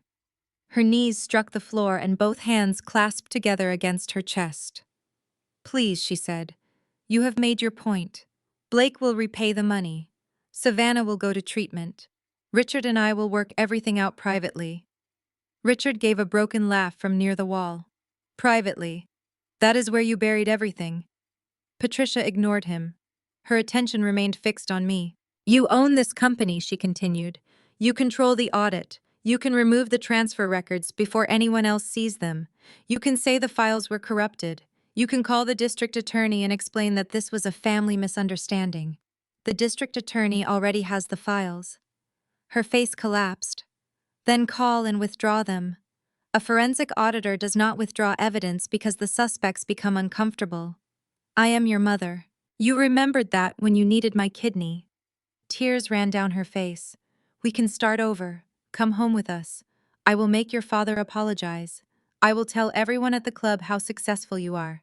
I will give you whatever inheritance you want. Richard stared at her in disbelief. You are offering her money you stole from me. Patricia's voice rose with desperation. Haley, listen to me. You have the money. You have the power. You know how these systems work. Scrub the files, erase the authorizations, and make this disappear. Savannah is your sister. We are your family. I looked down at the woman kneeling beside me. 11 years earlier, she had canceled my birthday, stolen the trip I had paid for, and told me that Savannah's pain mattered more than my future. Tonight, she had entered my chosen family's celebration and demanded an organ as though my body were another account she controlled. You canceled my existence 11 years ago, I said. I am simply returning the favor. A faint pulse of red and blue light crossed the sheer curtains at the far end of the room. Blake saw it first. His entire body went rigid. Patricia followed his gaze. The color drained from her face as another flash moved across the walls, followed by the muffled sound of vehicle doors closing outside the restaurant. I closed the transaction file but left the evidence map glowing behind them. Through the curtains, I saw several figures cross the sidewalk with the deliberate speed of people who already knew exactly whom they had come to arrest tonight. And unfortunately for you, I said, the authorities are already here. The red and blue reflections intensified across the sheer curtains, sweeping over the walls in alternating bands. The soft jazz continued playing absurdly calm beneath the approaching footsteps in the hallway. Patricia remained on her knees beside my chair, staring at the doors as if she could force them to stay closed. Blake moved first. He shoved the nearest chair aside and turned toward the narrow service exit behind the waiter's station. The chair struck the floor with a violent crash. He made it 3 steps before David and Justin rose from opposite sides of the table. Neither man rushed him. They simply moved into the passage and stood shoulder to shoulder, leaving no space between them and the wall. "Move," Blake ordered. David folded his arms. "No. I said move. You are unlawfully detaining an attorney." Justin glanced towards the main entrance. "The people entering the room can discuss that with you." The heavy oak doors opened before Blake could answer. 4 plainclothes detectives stepped inside, accompanied by 2 uniformed officers. Their movements were controlled and coordinated. 2 remained near the main entrance while the others spread along the perimeter of the room. Behind them, the maitre d' watched from the hallway with a pale, stunned expression. The lead detective held 2 folded documents in one hand. Blake Harrison and Patricia Sterling. No one answered. The detective looked directly at Blake. "Mr. Harrison, keep your hands where we can see them." Blake slowly raised both palms, but his eyes continued searching the room for another escape. "I am an attorney. Whatever complaint you received is based on stolen and privileged material." The detective unfolded the first document. "We have a warrant for your arrest regarding embezzlement, wire fraud, falsification of financial records, and conspiracy to commit medical fraud." He opened the second warrant. "Patricia Sterling, we also have a warrant for your arrest regarding wire fraud, falsified medical authorization, and participation in the attempted purchase of an illegally sourced human organ." Patricia made a strangled sound. "No. My daughter fabricated all of this." The detective glanced at me only briefly. "The warrants were issued from evidence independently reviewed by the district attorney's office." Blake's posture changed. His knees bent slightly and his right shoulder turned toward the service door. David noticed. So did the officers. "Do not run," the lead detective warned. Blake ran. He lunged toward David, apparently believing force would create enough space to reach the exit. David stepped aside at the last second while Justin caught Blake high on the shoulder and redirected his momentum. Blake crashed against the edge of the serving station. Silver utensils scattered across the floor. 2 detectives reached him immediately. One secured Blake's right arm, while the other pulled his left wrist behind his back. "Get off me," Blake shouted. "I know the commissioner. I will have every one of you suspended." "Save it for your lawyer," one detective said. "I am my lawyer. That decision is not improving your situation." Savannah screamed and rushed forward. She threw both arms around Blake's waist as the detectives tried to pull him upright. "You cannot take him," she cried. "He has to arrange my surgery. I need him. I need a doctor." Blake twisted away from her.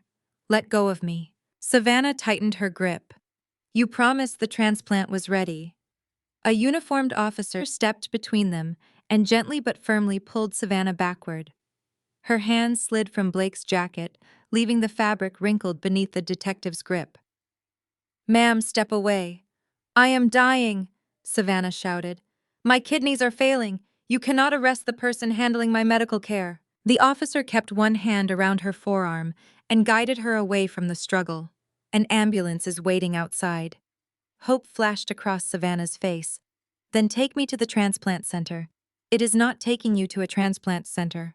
Her expression froze. The officer continued in a calm, measured voice.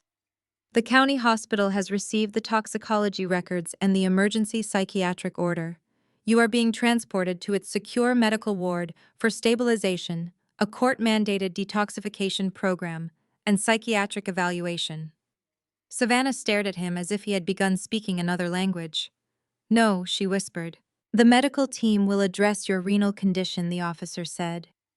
"But you will not be transferred for transplant surgery, and you will not be released into private care while the hold remains active." Patricia struggled to stand. "You cannot place my daughter in a county facility.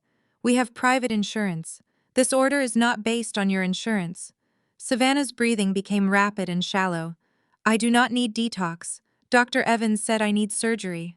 The records provided to the court document ongoing narcotic use, falsified transplant paperwork, and a substantial risk that you will leave treatment to pursue an illegal procedure. Blake stopped resisting long enough to glare at Savannah. "This is your fault." She recoiled as though he had slapped her. The detectives pulled Blake away from the serving station and positioned themselves on either side of him. David and Justin stepped back, reopening the service passage, but remaining close enough to prevent another attempt. The officer maintained his grip on Savannah's arm. A second uniformed officer moved beside Savannah with a folded hospital blanket, making it clear that the transport order would be carried out immediately, with or without her cooperation. "Ma'am," he said, "the ambulance is taking you to the county hospital's secure ward for a court-mandated detox and psychiatric hold." The officer's words hung heavy in the air. Savannah stopped screaming, her mouth falling open as her tear-streaked face went pale. "A court-mandated detox," she repeated clumsily.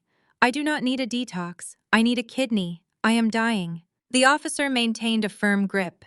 "Your medical records indicate severe substance abuse, ma'am," he stated calmly. "The toxicological reports confirm your organ distress is directly related to your ongoing narcotic addiction. The medical board has deemed you ineligible for any transplant registry until you complete a rehabilitation program." Savannah's legs gave out beneath her.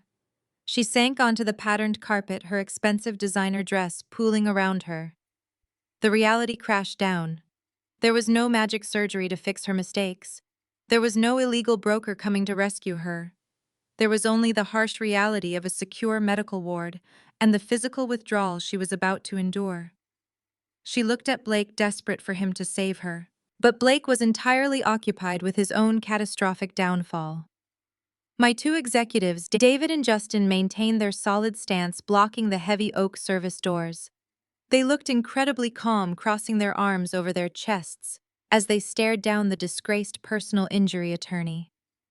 Blake looked wildly around the room, his chest heaving as panic completely consumed him. The confident, arrogant lawyer who had threatened to freeze my assets and destroy my professional reputation just an hour ago was entirely gone. In his place stood a desperate, cornered criminal, realizing that his entire career and freedom had just evaporated. Two plainclothes detectives flanked Blake. "Put your hands behind your back." Mr. Harrison, the lead detective, ordered, pulling handcuffs from his belt. "I am a lawyer," Blake shouted, trying to wrench his arms away. "You cannot do this. I will sue this entire department." The detectives were unimpressed. They grabbed Blake's arms and twisted them firmly behind his back. The sharp click of the handcuffs locking into place echoed loudly against the mahogany walls. "You can call your attorney from the federal holding facility," the second detective stated. "Right now, you are going to walk quietly out the front door, or we are going to drag you out." Blake's shoulders violently slumped forward as the fight drained out of his body. He looked absolutely pathetic, finally facing the ultimate consequences of his immense greed. He cast one final venomous glare in my direction, his eyes burning with pure, unadulterated hatred. I met his furious gaze with absolute icy detachment. I did not offer a single word of parting advice. I simply picked up my crystal champagne flute and took another slow, deliberate sip, watching as the detectives marched him toward the main exit. The two plainclothes detectives stepped decisively toward Patricia. She scrambled backward, her designer heels catching on the thick patterned carpet until her back hit the mahogany-paneled wall.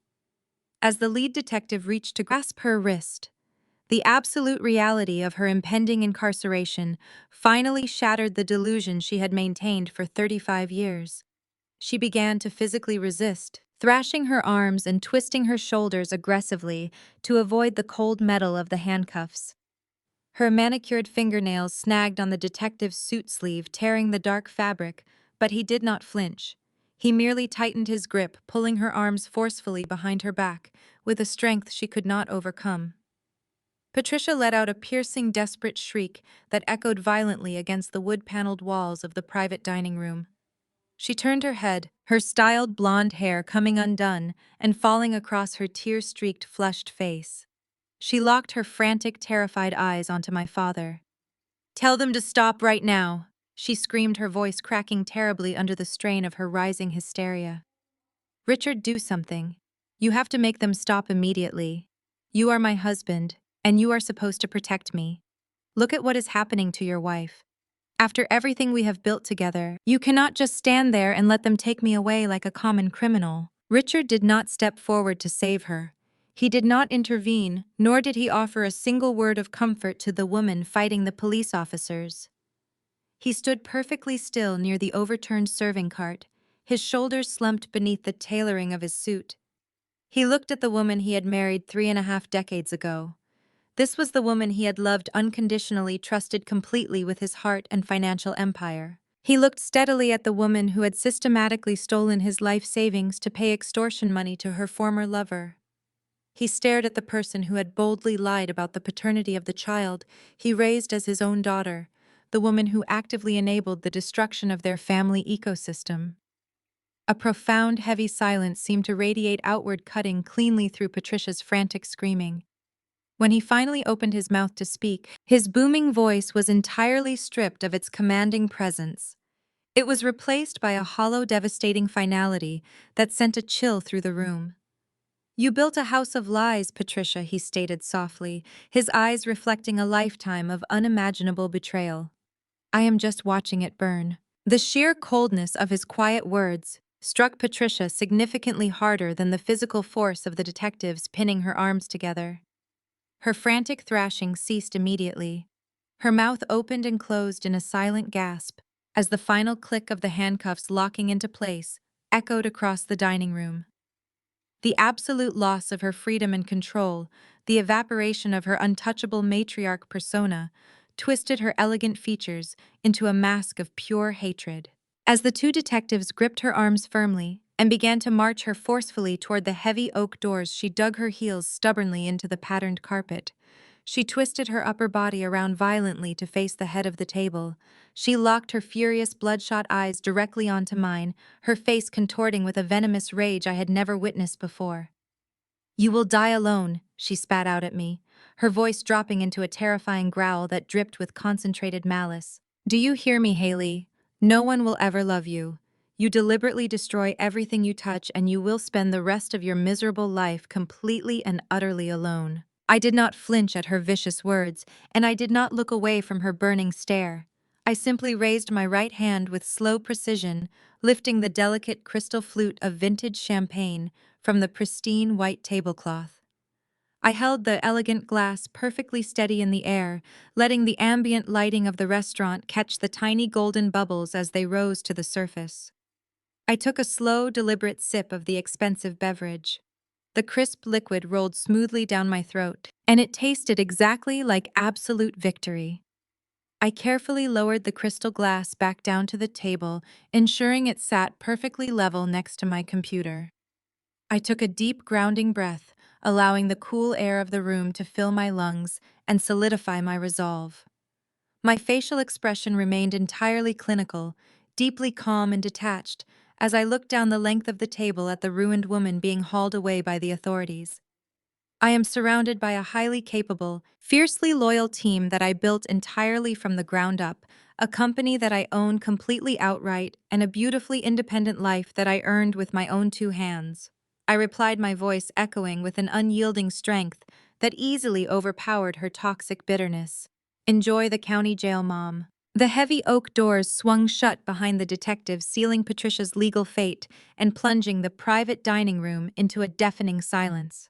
The chaotic emotional energy that had dominated the space vanished entirely.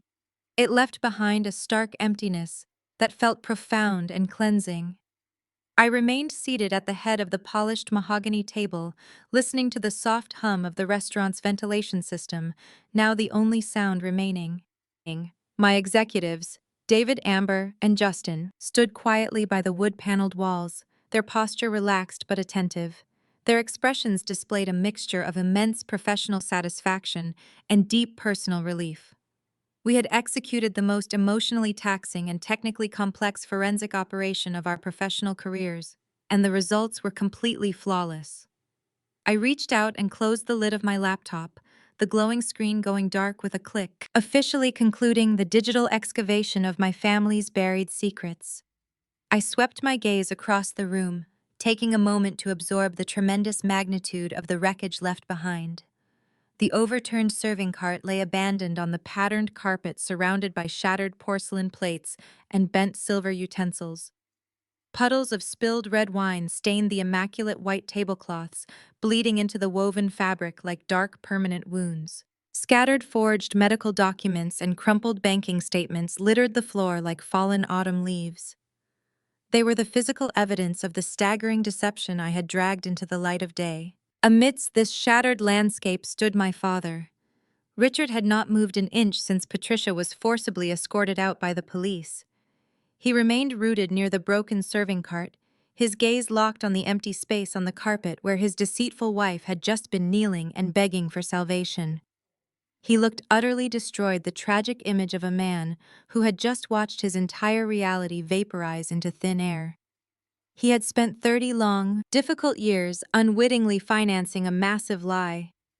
He poured his love and resources into a daughter who biologically belonged to his greatest business enemy and blindly trusted a manipulative wife who systematically robbed him while demanding his unwavering loyalty.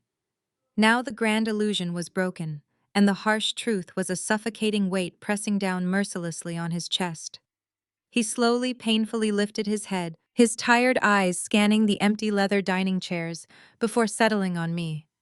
He looked at the daughter he had willingly pushed away for over a decade, the child he had weakly allowed his toxic wife to banish from their supposedly perfect family portrait. He finally saw the undeniable strength in my upright posture, the unwavering certainty in my clear gaze, and the profound financial independence I had forged in the world entirely without his help or blessing. He took a small, unsteady step forward, his hands trembling slightly at his sides as the reality of his profound isolation settled over him. He looked at the empty chairs, the spilled wine, and the scattered forged medical documents. He looked up at his estranged daughter. "Haley," he whispered, his voice cracking painfully, with a deep, tragic vulnerability that I had never heard from him before. "What do I do now?" The devastating weight of his question hung heavily in the air, mingling with the sharp scent of spilled vintage red wine and the faint metallic tang of cold fear that still clung to the mahogany walls. What do I do now? It was the frantic, desperate plea of a man who had entirely lost his compass, a man whose carefully curated universe had just been violently obliterated by undeniable facts. I looked at Richard, truly evaluating the man standing amidst the magnificent wreckage of his own profound ignorance. This was the same man who had stood by in complete complicit silence while my mother systematically dismantled my childhood. He was the man who had effortlessly looked the other way when Patricia gaslighted me, the man who had prioritized the false peace of his opulent household over the very real psychological survival of his biological daughter. He had weakly allowed her to banish me, choosing the comfortable illusion of his golden family over the uncomfortable reality of my suffering. For over a decade, he had willingly participated in the deliberate cancellation of my existence, acting as the silent, enabling financier of a lie that had ultimately consumed him whole. I did not feel a sudden, miraculous surge of daughterly affection or a desperate urge to rush across the patterned carpet and offer him soothing words of comfort. The profound emotional chasm between us could not be miraculously bridged by a single moment of shared trauma. My trauma had been a slow, agonizing drip over decades, while his was a sudden, catastrophic flood. But as I watched his broad shoulders shake with suppressed, agonizing emotion, I recognized a distinct shift in the fundamental power dynamic of the room. He was no longer the imposing, untouchable patriarch who dictated the terms of my worth. He was a broken, desperate individual standing at the absolute bottom of a dark, terrifying abyss, looking up at the only person who held a sturdy rope.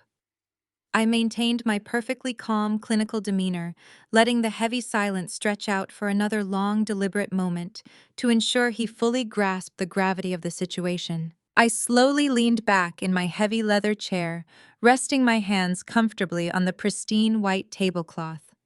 "That depends, Richard," I stated, my voice cutting cleanly through the quiet hum of the restaurant's ventilation system. "Are you asking me as your daughter, or are you asking me as a forensic accountant?" The sheer bluntness of my question seemed to strike him with the physical force of a heavy blow. He flinched slightly, closing his eyes as a fresh wave of profound, agonizing pain washed over his pale, drawn features. When he finally opened his eyes again, they were brimming with thick, heavy tears of absolute, unadulterated regret. He swallowed hard, the movement visible, and strained in the dim ambient lighting of the private dining room, the proud, arrogant posture he had maintained for his entire professional life was completely gone, replaced by the hollowed-out stance of a man facing the devastating consequences of his own cowardice. "I failed you," he whispered, his booming voice reduced to a broken, fragile rasp that barely carried across the length of the polished mahogany table. The admission hung in the air, stark and undeniable. "I was completely blind, and I failed you in every conceivable way. I let her banish you from this family. I let her cancel your entire life just to protect a massive, sickening lie. I chose the easy path, and I sacrificed you to maintain an illusion that was fundamentally rotting from the inside out."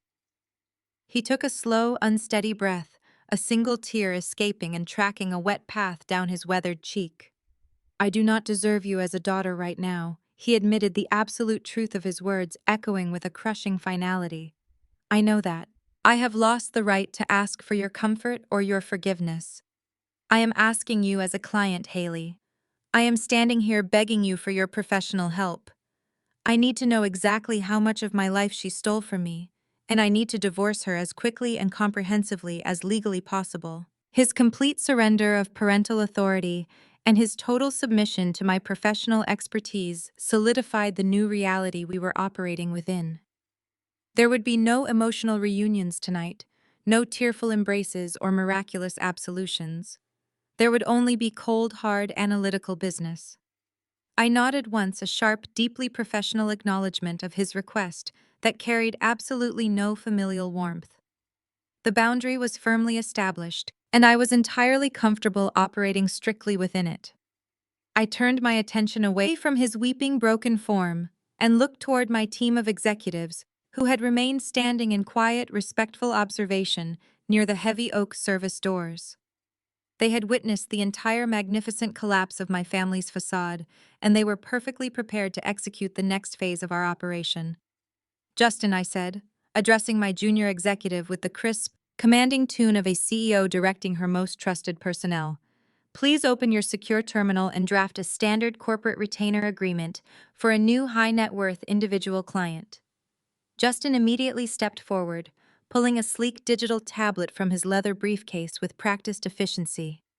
"Yes, boss," he replied softly, his fingers already flying rapidly across the glowing screen as he opened our proprietary legal software. I turned my gaze back down the length of the table to where my father stood.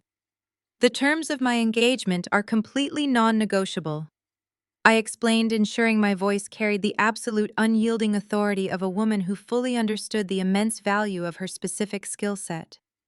"My standard base fee for deep financial excavation is $1,500 an hour, billable weekly without exception.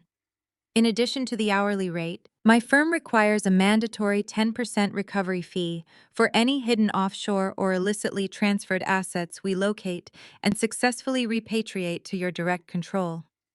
We will leave no digital stone unturned, and we will ruthlessly pursue every single diverted account until the complete financial truth is exposed. You are hiring the absolute best, and I deliver guaranteed results.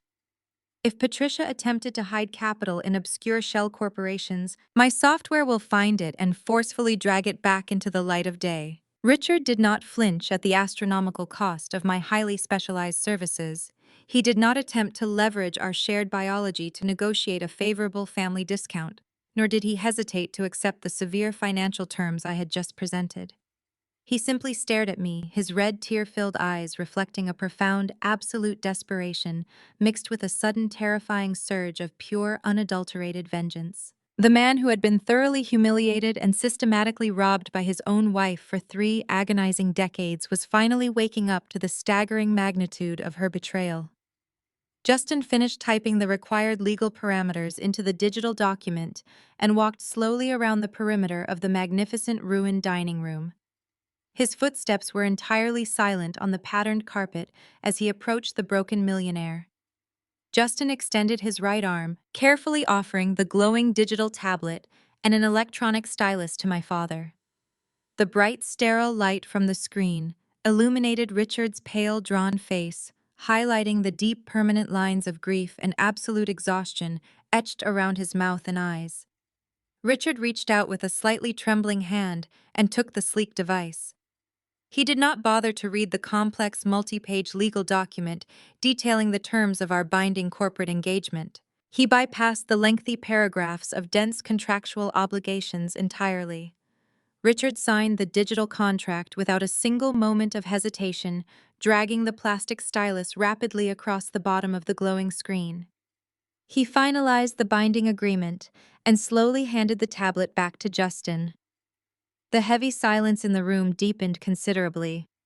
Richard turned his gaze back to me, his eyes burning with a cold, devastating fury that promised absolute destruction. "Find it all." "Haley," he ordered, his voice suddenly steady and terrifyingly clear. "Leave her with absolutely nothing." 3 days had passed since the chaotic collapse of my family at the Michelin-starred restaurant. The scene was now entirely different, settling into the pristine, unyielding environment of my professional domain. My sleek, high-tech corner office sat perched high above the bustling streets of downtown Chicago. The sprawling room was a meticulously designed testament to the independent empire I had built from absolutely nothing.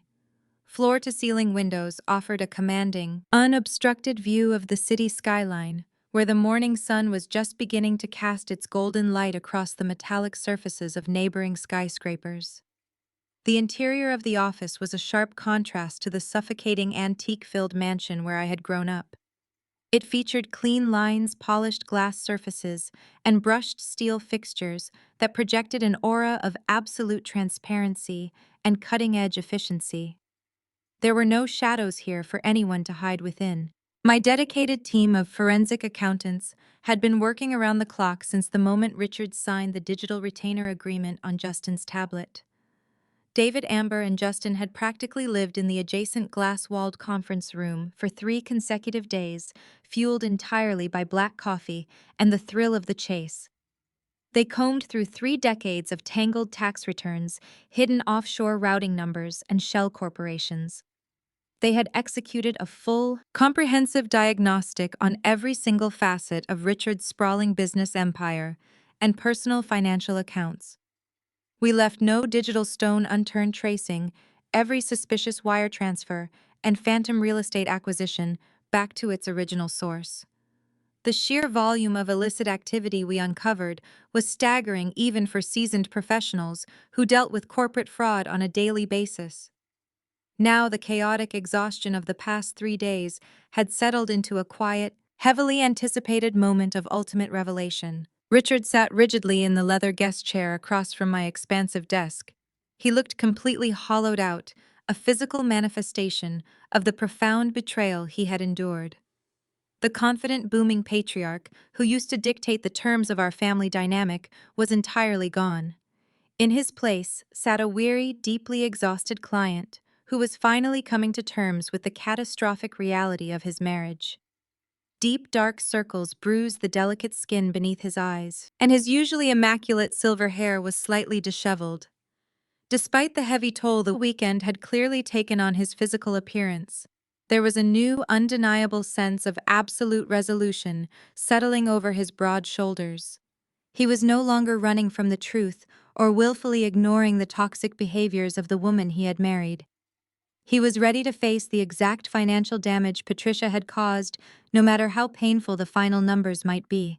I sat comfortably in my ergonomic chair, feeling completely in my element as I prepared to deliver the decisive blow. I reached out with steady hands and grasped the edge of a massive, heavily tabbed leather binder sitting on my desk.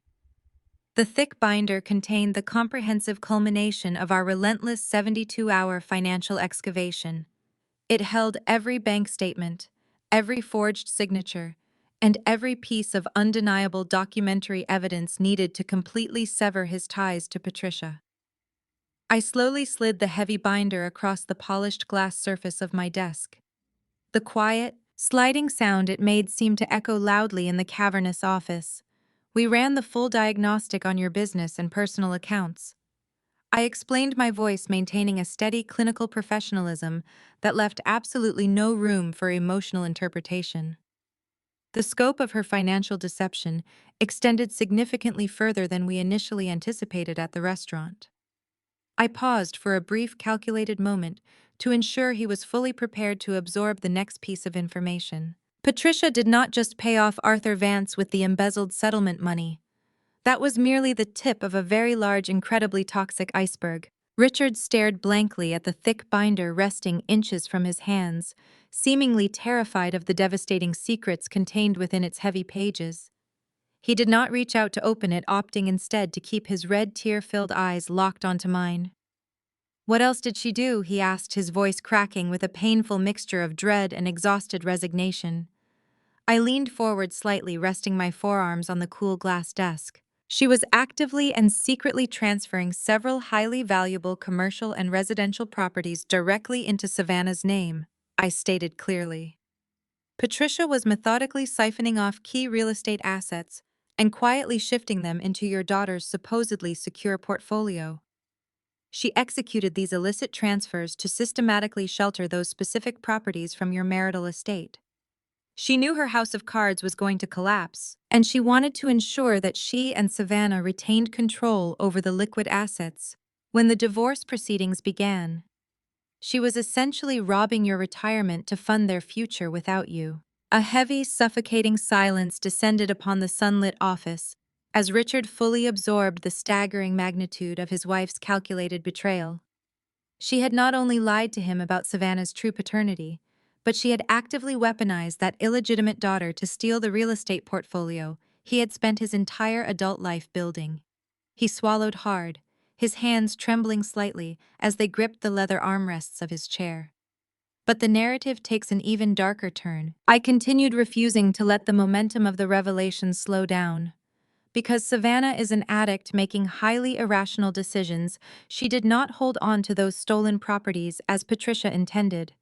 Savannah recklessly used those newly acquired properties as direct financial collateral to secure massive high-interest loans. She was desperately trying to fund her black market rehab stints and pay off the illicit medical brokers who were attempting to secure her an illegal kidney transplant overseas. I watched Richard's face pale as the true depth of Savannah's reckless desperation was finally laid bare. Savannah completely defaulted on every single one of those massive unregulated loans months ago, I explained, keeping my tone perfectly even and detached.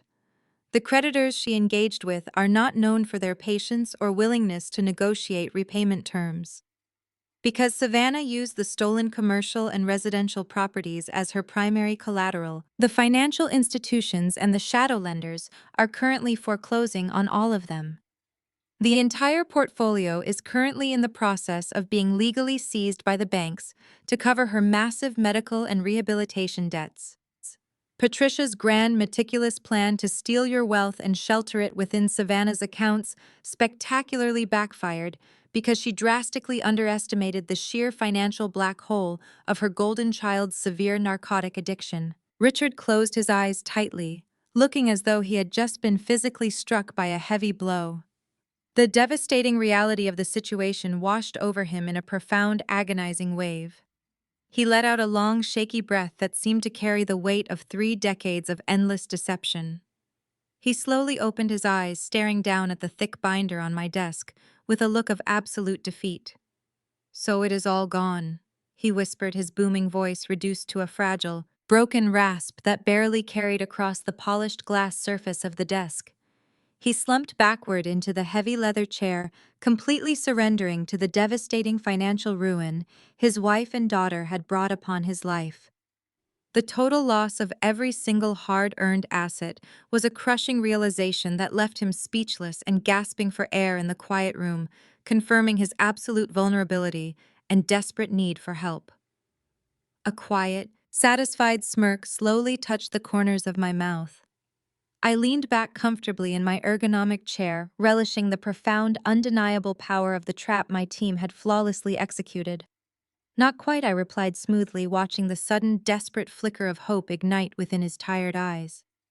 Because Patricia committed wire fraud to move those assets, the initial property transfers to Savannah are legally void. We immediately filed an emergency injunction with the federal courts the very second we uncovered the fraud. The properties revert back to your sole ownership. but there is one final string attached. The emergency injunction freezes the assets, I explained, keeping my voice devoid of sympathy. It stops the banks from seizing the commercial properties and residential estates to cover Savannah's defaulted loans. However, a temporary freeze is not a permanent legal solution. To fully secure these assets and compel the courts to permanently void Patricia's fraudulent transfers, you have to do more than sign a piece of paper in my office today. You must actively participate in the prosecution. Richard looked up from the leather binder, his tired eyes narrowing slightly under the morning sunlight. What else is required of me, he asked. I need you to testify, I stated plainly. You have to take the stand as the primary victim and star witness against Patricia in the federal embezzlement and wire fraud case involving Blake Harrison. The prosecutors are building a massive conspiracy charge against both of them, but the foundational pillar of their legal argument relies on proving the illicit origin of the stolen funds. For the federal court to revert these properties back to your sole ownership, you must publicly admit why she stole the money. You will stand in a crowded federal courtroom under penalty of perjury and testify that you were cuckolded for 3 decades. You will have to look a judge and jury in the eye and publicly admit that your wife blatantly lied to you about the biological paternity of your favorite child. You will be forced to publicly acknowledge that Patricia systematically defrauded you and drained your retirement accounts specifically to pay secret extortion money to Arthur Vance, the man who actively tried to bankrupt and destroy your commercial real estate business 30 years ago. I paused, ensuring he absorbed the devastating reality of my demand. It will be absolute social suicide, Richard. The sealed financial records will be thrown wide open. The media will cover every salacious detail of the trial. Every single one of your wealthy friends at the country club will read the brutal court transcripts.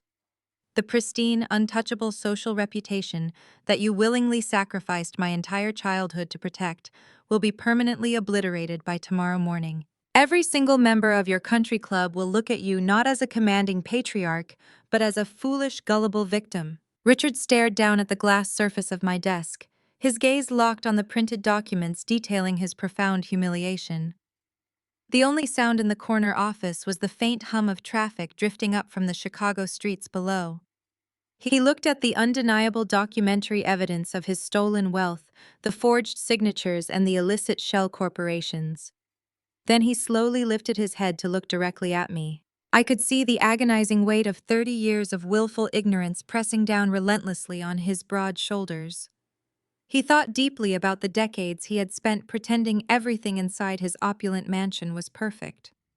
He thought about the countless times he had blindly defended a manipulative woman actively robbing him behind his back.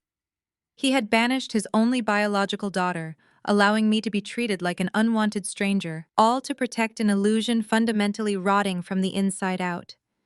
The sheer magnitude of his failure as a father and a husband was finally crystal clear, and it was paralyzing. He reached out with a trembling hand, his fingers hovering over the gold-plated pen resting beside the leather binder. I watched closely, wondering if the paralyzing fear of public embarrassment would ultimately overpower his desperate need for legal justice. For his entire adult life, the opinions of his wealthy peers and his standing in the elite social circles of the city had dictated every decision he had ever made. But the broken man sitting across from me today was no longer the arrogant patriarch who demanded absolute obedience from his family. He was a hollowed-out shell of a husband who had finally realized that his entire existence was a carefully orchestrated scam. For 3 decades, he had blindly funded the very betrayal meant to destroy him. Richard wrapped his trembling fingers securely around the cold metal barrel of the pen. He picked it up from the desk, his tight grip increasing until his knuckles turned a stark pale white under the office lights. "Where do I sign?" he asked, his booming voice returning with a sudden fierce resonance that startled the quiet room. I did not blink. "Are you entirely certain about this monumental decision?" Richard, I asked, intentionally testing the absolute limits of his newfound resolve. "There is absolutely no going back once this sworn affidavit is officially filed with the federal prosecutor." He did not hesitate for a fraction of a second. "The country club does not matter to me anymore," he stated firmly, his red eyes burning with a cold, devastating fury that mirrored my own unyielding determination. "None of it matters anymore. The pristine reputation, the elite social standing, the cruel whispers behind my back. It was all built on a sickening, pathetic lie.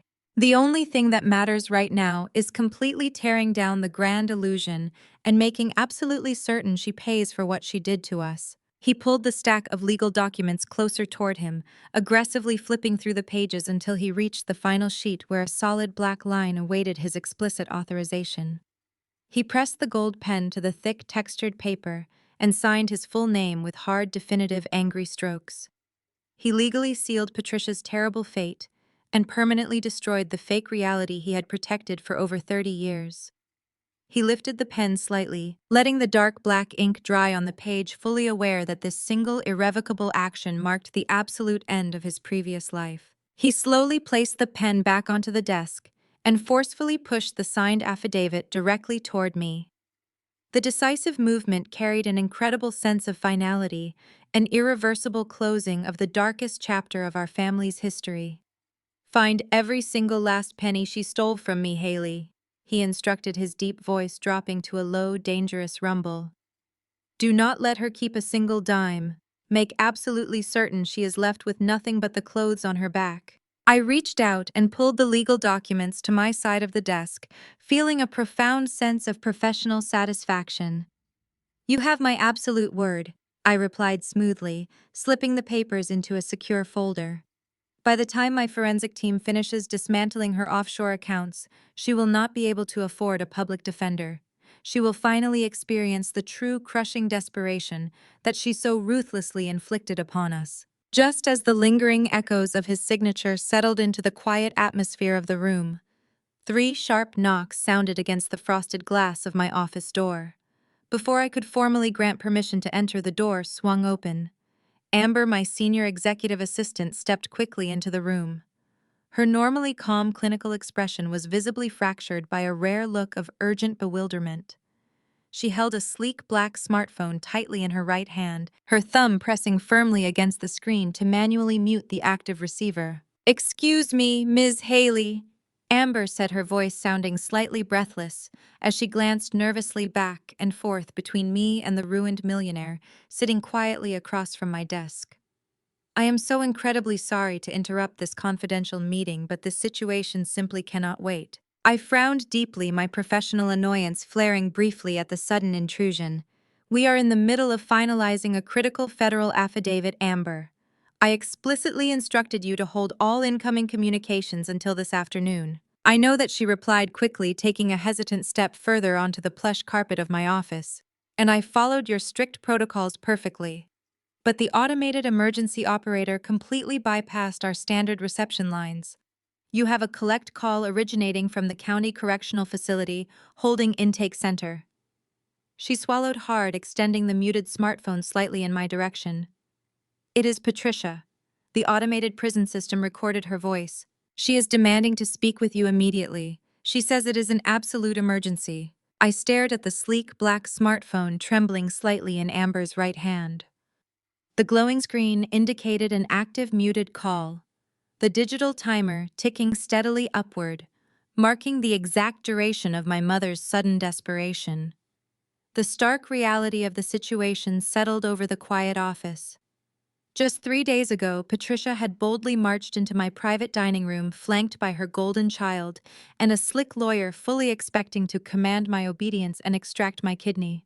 Now, she was calling collect from a county holding cell, her untouchable facade entirely dismantled by the swift, merciless application of forensic accounting and federal law.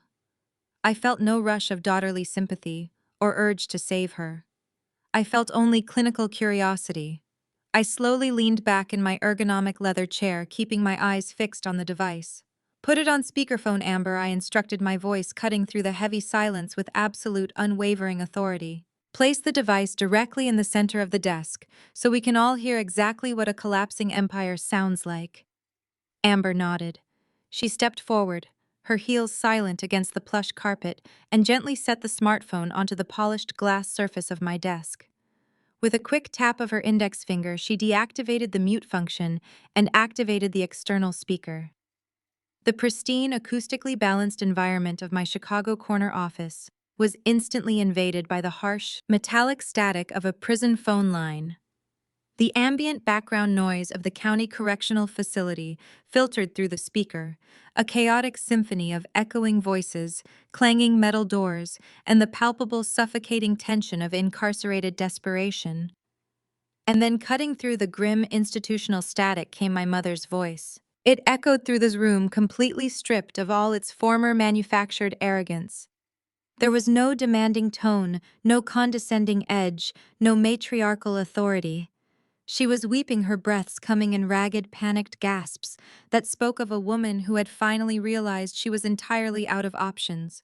"Haley, please." Her voice crackled over the speaker, sounding small, fragile, and utterly terrified. "I know you are there. They told me you accepted the charges. You have to listen to me. You have to help me right now." I kept my face perfectly neutral, resting my forearms comfortably on the glass desk. I did not offer a greeting. I simply let her profound desperation fill the quiet space, forcing her to confront the absolute silence of the daughter she had thrown away. "Haley, it is a complete nightmare in here," she sobbed, the panic in her voice escalating as she realized I was not going to offer immediate comfort. "They formally denied my bail this morning. The judge looked at the financial transfers you uncovered and declared me a significant flight risk. I am trapped in this horrible place and no one is helping me. I tried calling Arthur Vance over a dozen times, but his assistant keeps hanging up on me. He took those extortion payments for 30 years, and now he will not even return my phone calls. He abandoned me entirely." She paused, gasping for air, her words tumbling out in a frantic, disjointed stream. "And Savannah is completely unreachable. The banks foreclosed on the properties, and without the collateral, her shadow lenders panicked. She is locked away in a secure medical ward, under constant federal guard, because of the illicit organ brokers she tried to hire. I cannot speak to her, Haley. I cannot protect my baby." Patricia let out a ragged, terrifying wail that distorted through the small speaker of the smartphone. "But the absolute worst part is Blake." She continued, her voice dropping into a frantic, trembling whisper. "That arrogant lawyer completely turned on us. The second the federal prosecutors showed him the wire fraud evidence your team compiled, he folded. He is actively turning state's evidence against me to save himself from a lengthy prison sentence. He is giving them everything, Haley. Every forged document, every hidden account, every single lie. I am entirely alone, and they are threatening me with decades in a federal penitentiary. You have to hire me a high-powered defense attorney. You have the money now, and you have the connections. You have to save me from this. You are my biological daughter, Haley. You owe me this." The sheer audacity of her final demand hung heavily in the sunlit office. After 30 years of systemic abuse, after actively plotting to harvest my organs for her favored child, after stealing millions of dollars to protect a sickening lie, she still believed she was inherently entitled to my salvation simply because she gave birth to me. I slowly shifted my gaze away from the smartphone and looked directly across the desk at Richard. My father had been sitting perfectly still in his leather guest chair, listening to the pathetic, crumbling voice of the woman who had ruined his life. He stared at the glowing phone with a profound, quiet intensity. He heard her frantic pleas, her desperate tears, and her blatant attempts at manipulation. He listened to the complete destruction of the wicked illusion she had forced him to finance.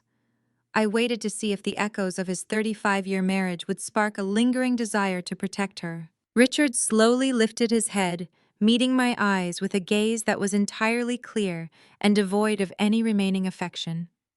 The hollowed-out, broken man who had wept in the ruined dining room 3 days ago was gone. In his place sat a man who had finally reclaimed his own reality. He did not speak a single word. He simply gave me a slow, definitive shake of his head. He placed his hands on the armrests of his chair and pushed himself up to a standing position. He turned his back on the glowing smartphone, buttoned his tailored suit jacket, and walked steadily toward the frosted glass doors of my office. He did not look back.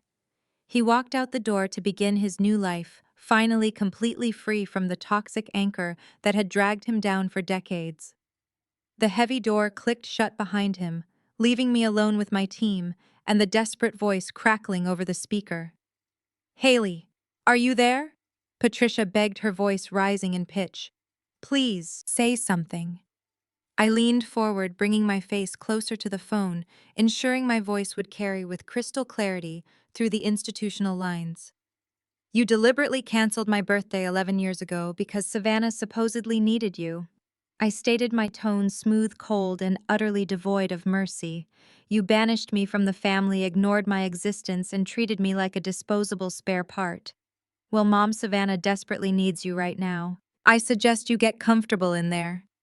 Before she could utter another frantic syllable, I reached out and tapped the red icon on the screen. The call abruptly disconnected, plunging the high-tech corner office back into a profound, peaceful silence.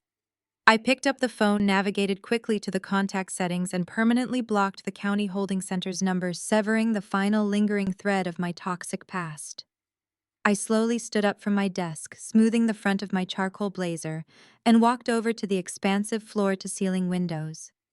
I looked out over the magnificent Chicago skyline, watching the sunlight reflect brilliantly off the metallic skyscrapers and the deep blue waters of Lake Michigan.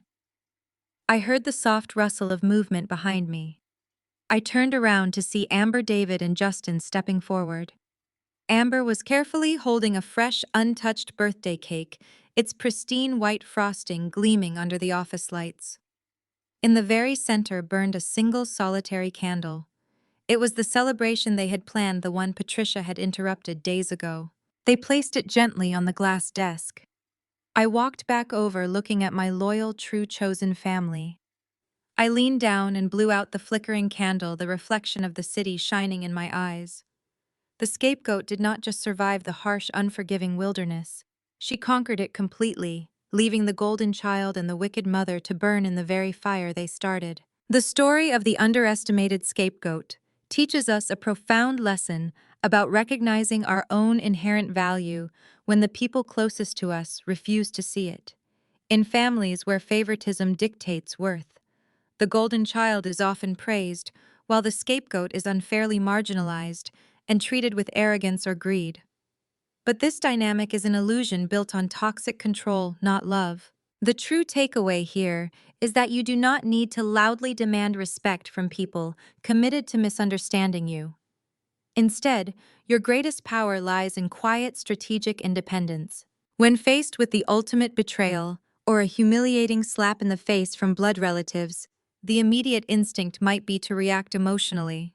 However, true victory comes from stepping back and cultivating your secret weapon, whether that is financial autonomy, a hidden talent, or undeniable evidence of the truth. By building your success in the shadows, you create an armor that their manipulation cannot pierce. You learn that blood does not automatically equal loyalty, and shared DNA does not excuse abuse. When the moment of truth finally arrives, you do not just expose the villains for who they truly are, you reveal the magnificent independent person you have become. The ultimate justice is not just watching the arrogant face the rightful consequences of their actions, losing their undeserved status and wealth. It is walking away with your dignity intact, stepping into a new happy life, surrounded only by those who genuinely love and respect you. Have you ever had to silently build your own success to break free from a toxic environment? Share your journey of reclaiming your life in the comments below. And please subscribe if you want more empowering stories about turning the tables on those who underestimate